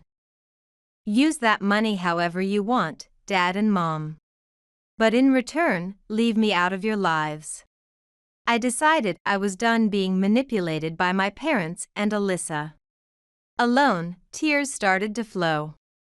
I thought, how much has my family used me to their convenience? 2 months later, the intercom buzzed insistently. To my astonishment, it was my parents and Alyssa coming to my place. Filled with a desire to have nothing to do with them, I still went outside to hear them out. I was shocked to see the disheveled state of my parents and Alyssa. And they were equally surprised to see me. "You seem different." Alyssa and my parents, puzzled by my improved appearance and finer attire, asked me why. Since our last encounter, I had diligently continued my studies and earned a small business consultant certification. With Hillary's introduction, I had changed jobs, which, along with the certification, had increased my income. I'm now a team leader at my new job. It's very busy every day, and since my home is far from work, I decided to move to a newly built apartment. I stated this matter-of-factly. Then, one after another, they made selfish remarks. "If you can afford it, help us out. We're family, we should help each other when in trouble. Give us some money." Knowing I had money, my parents and Alyssa clamored for it. As I listened, Alyssa mentioned that modeling had become difficult. "The modeling industry is tough. It's also ephemeral," she said, almost crying. The glamorous aura she once had was gone. Struggling in her work, Alyssa had been approached by another talent agency promising she could become an actress. She decided to take the chance with my parents' help, borrowing money to transfer to the new agency. A high membership fee was required, And my father had even paid his early retirement severance pay. But it turned out to be a scam. Once they paid, the agency's manager disappeared, and all contact was lost. I was appalled at their carelessness for signing a contract without proper documentation.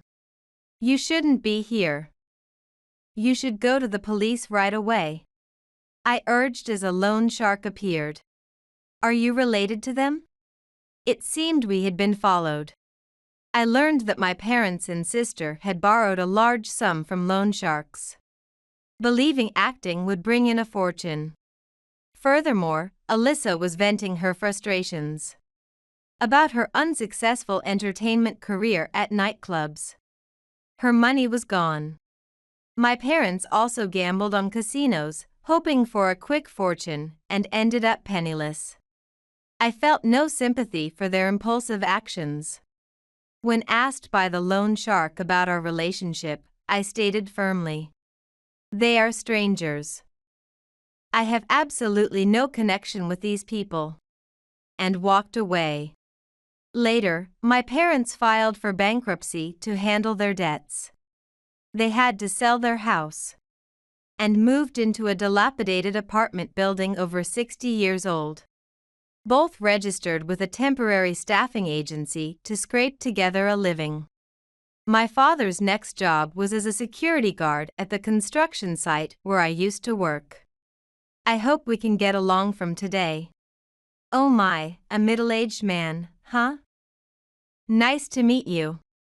We used to have a young girl working hard here because she needed to send money home. Nowadays, parents making their daughters work security to send money home. Some parents are just monstrous. My father's face contorted. And Alyssa, having given up on modeling, dove into the nightlife world but was quickly fired from clubs and lounges due to her selfish nature, eventually eking out a living at a rundown snack bar. Her drinking increased, and her appearance drastically changed. Customers at the snack bar joked that her being a model was an urban legend. A model? Dream on. You look more like you belong in a wrestling ring than on a runway. I have cut ties with my parents and sister and am living freely. 5 years later, I attended Hillary's wedding. The ceremony was held at a chapel overlooking the sea in Hawaii. Blue sea, blue sky, an atmosphere of freedom. Next to Hillary was her husband, a man of good build and gentle demeanor, with a new life growing inside her. Hillary, who seemed focused solely on her career, had apparently fallen in love with a colleague and gotten married. I'm the type who gets what I want, but I cut off what I don't need. So, Rose, be true to yourself. Hillary laughed cheerfully, and her husband next to her chuckled softly. Don't abandon me. Hillary, thank you for everything. I wish you happiness always. I returned the sentiment with the brightest smile. Celebrating at Hillary's wedding, which had set me free, I expressed my gratitude once again. As the emotional ceremony neared its end, a man breathlessly arrived late. He seemed to be a friend of the bride and groom. Later, Hillary introduced me to this man named Samuel, nicknamed Sam by everyone. He was tall, healthy-looking, with a refreshing smile, and ran his own architectural firm. I really wanted you to meet him, Hillary said with a mischievous grin. Caught up, Sam and I laughed together and found common ground, planning to go out for drinks together. It felt like roses were about to bloom. I had decided to pursue both love and my career, to walk my own path in life. Grandpa, are you watching over me from heaven? I will make my own flowers bloom.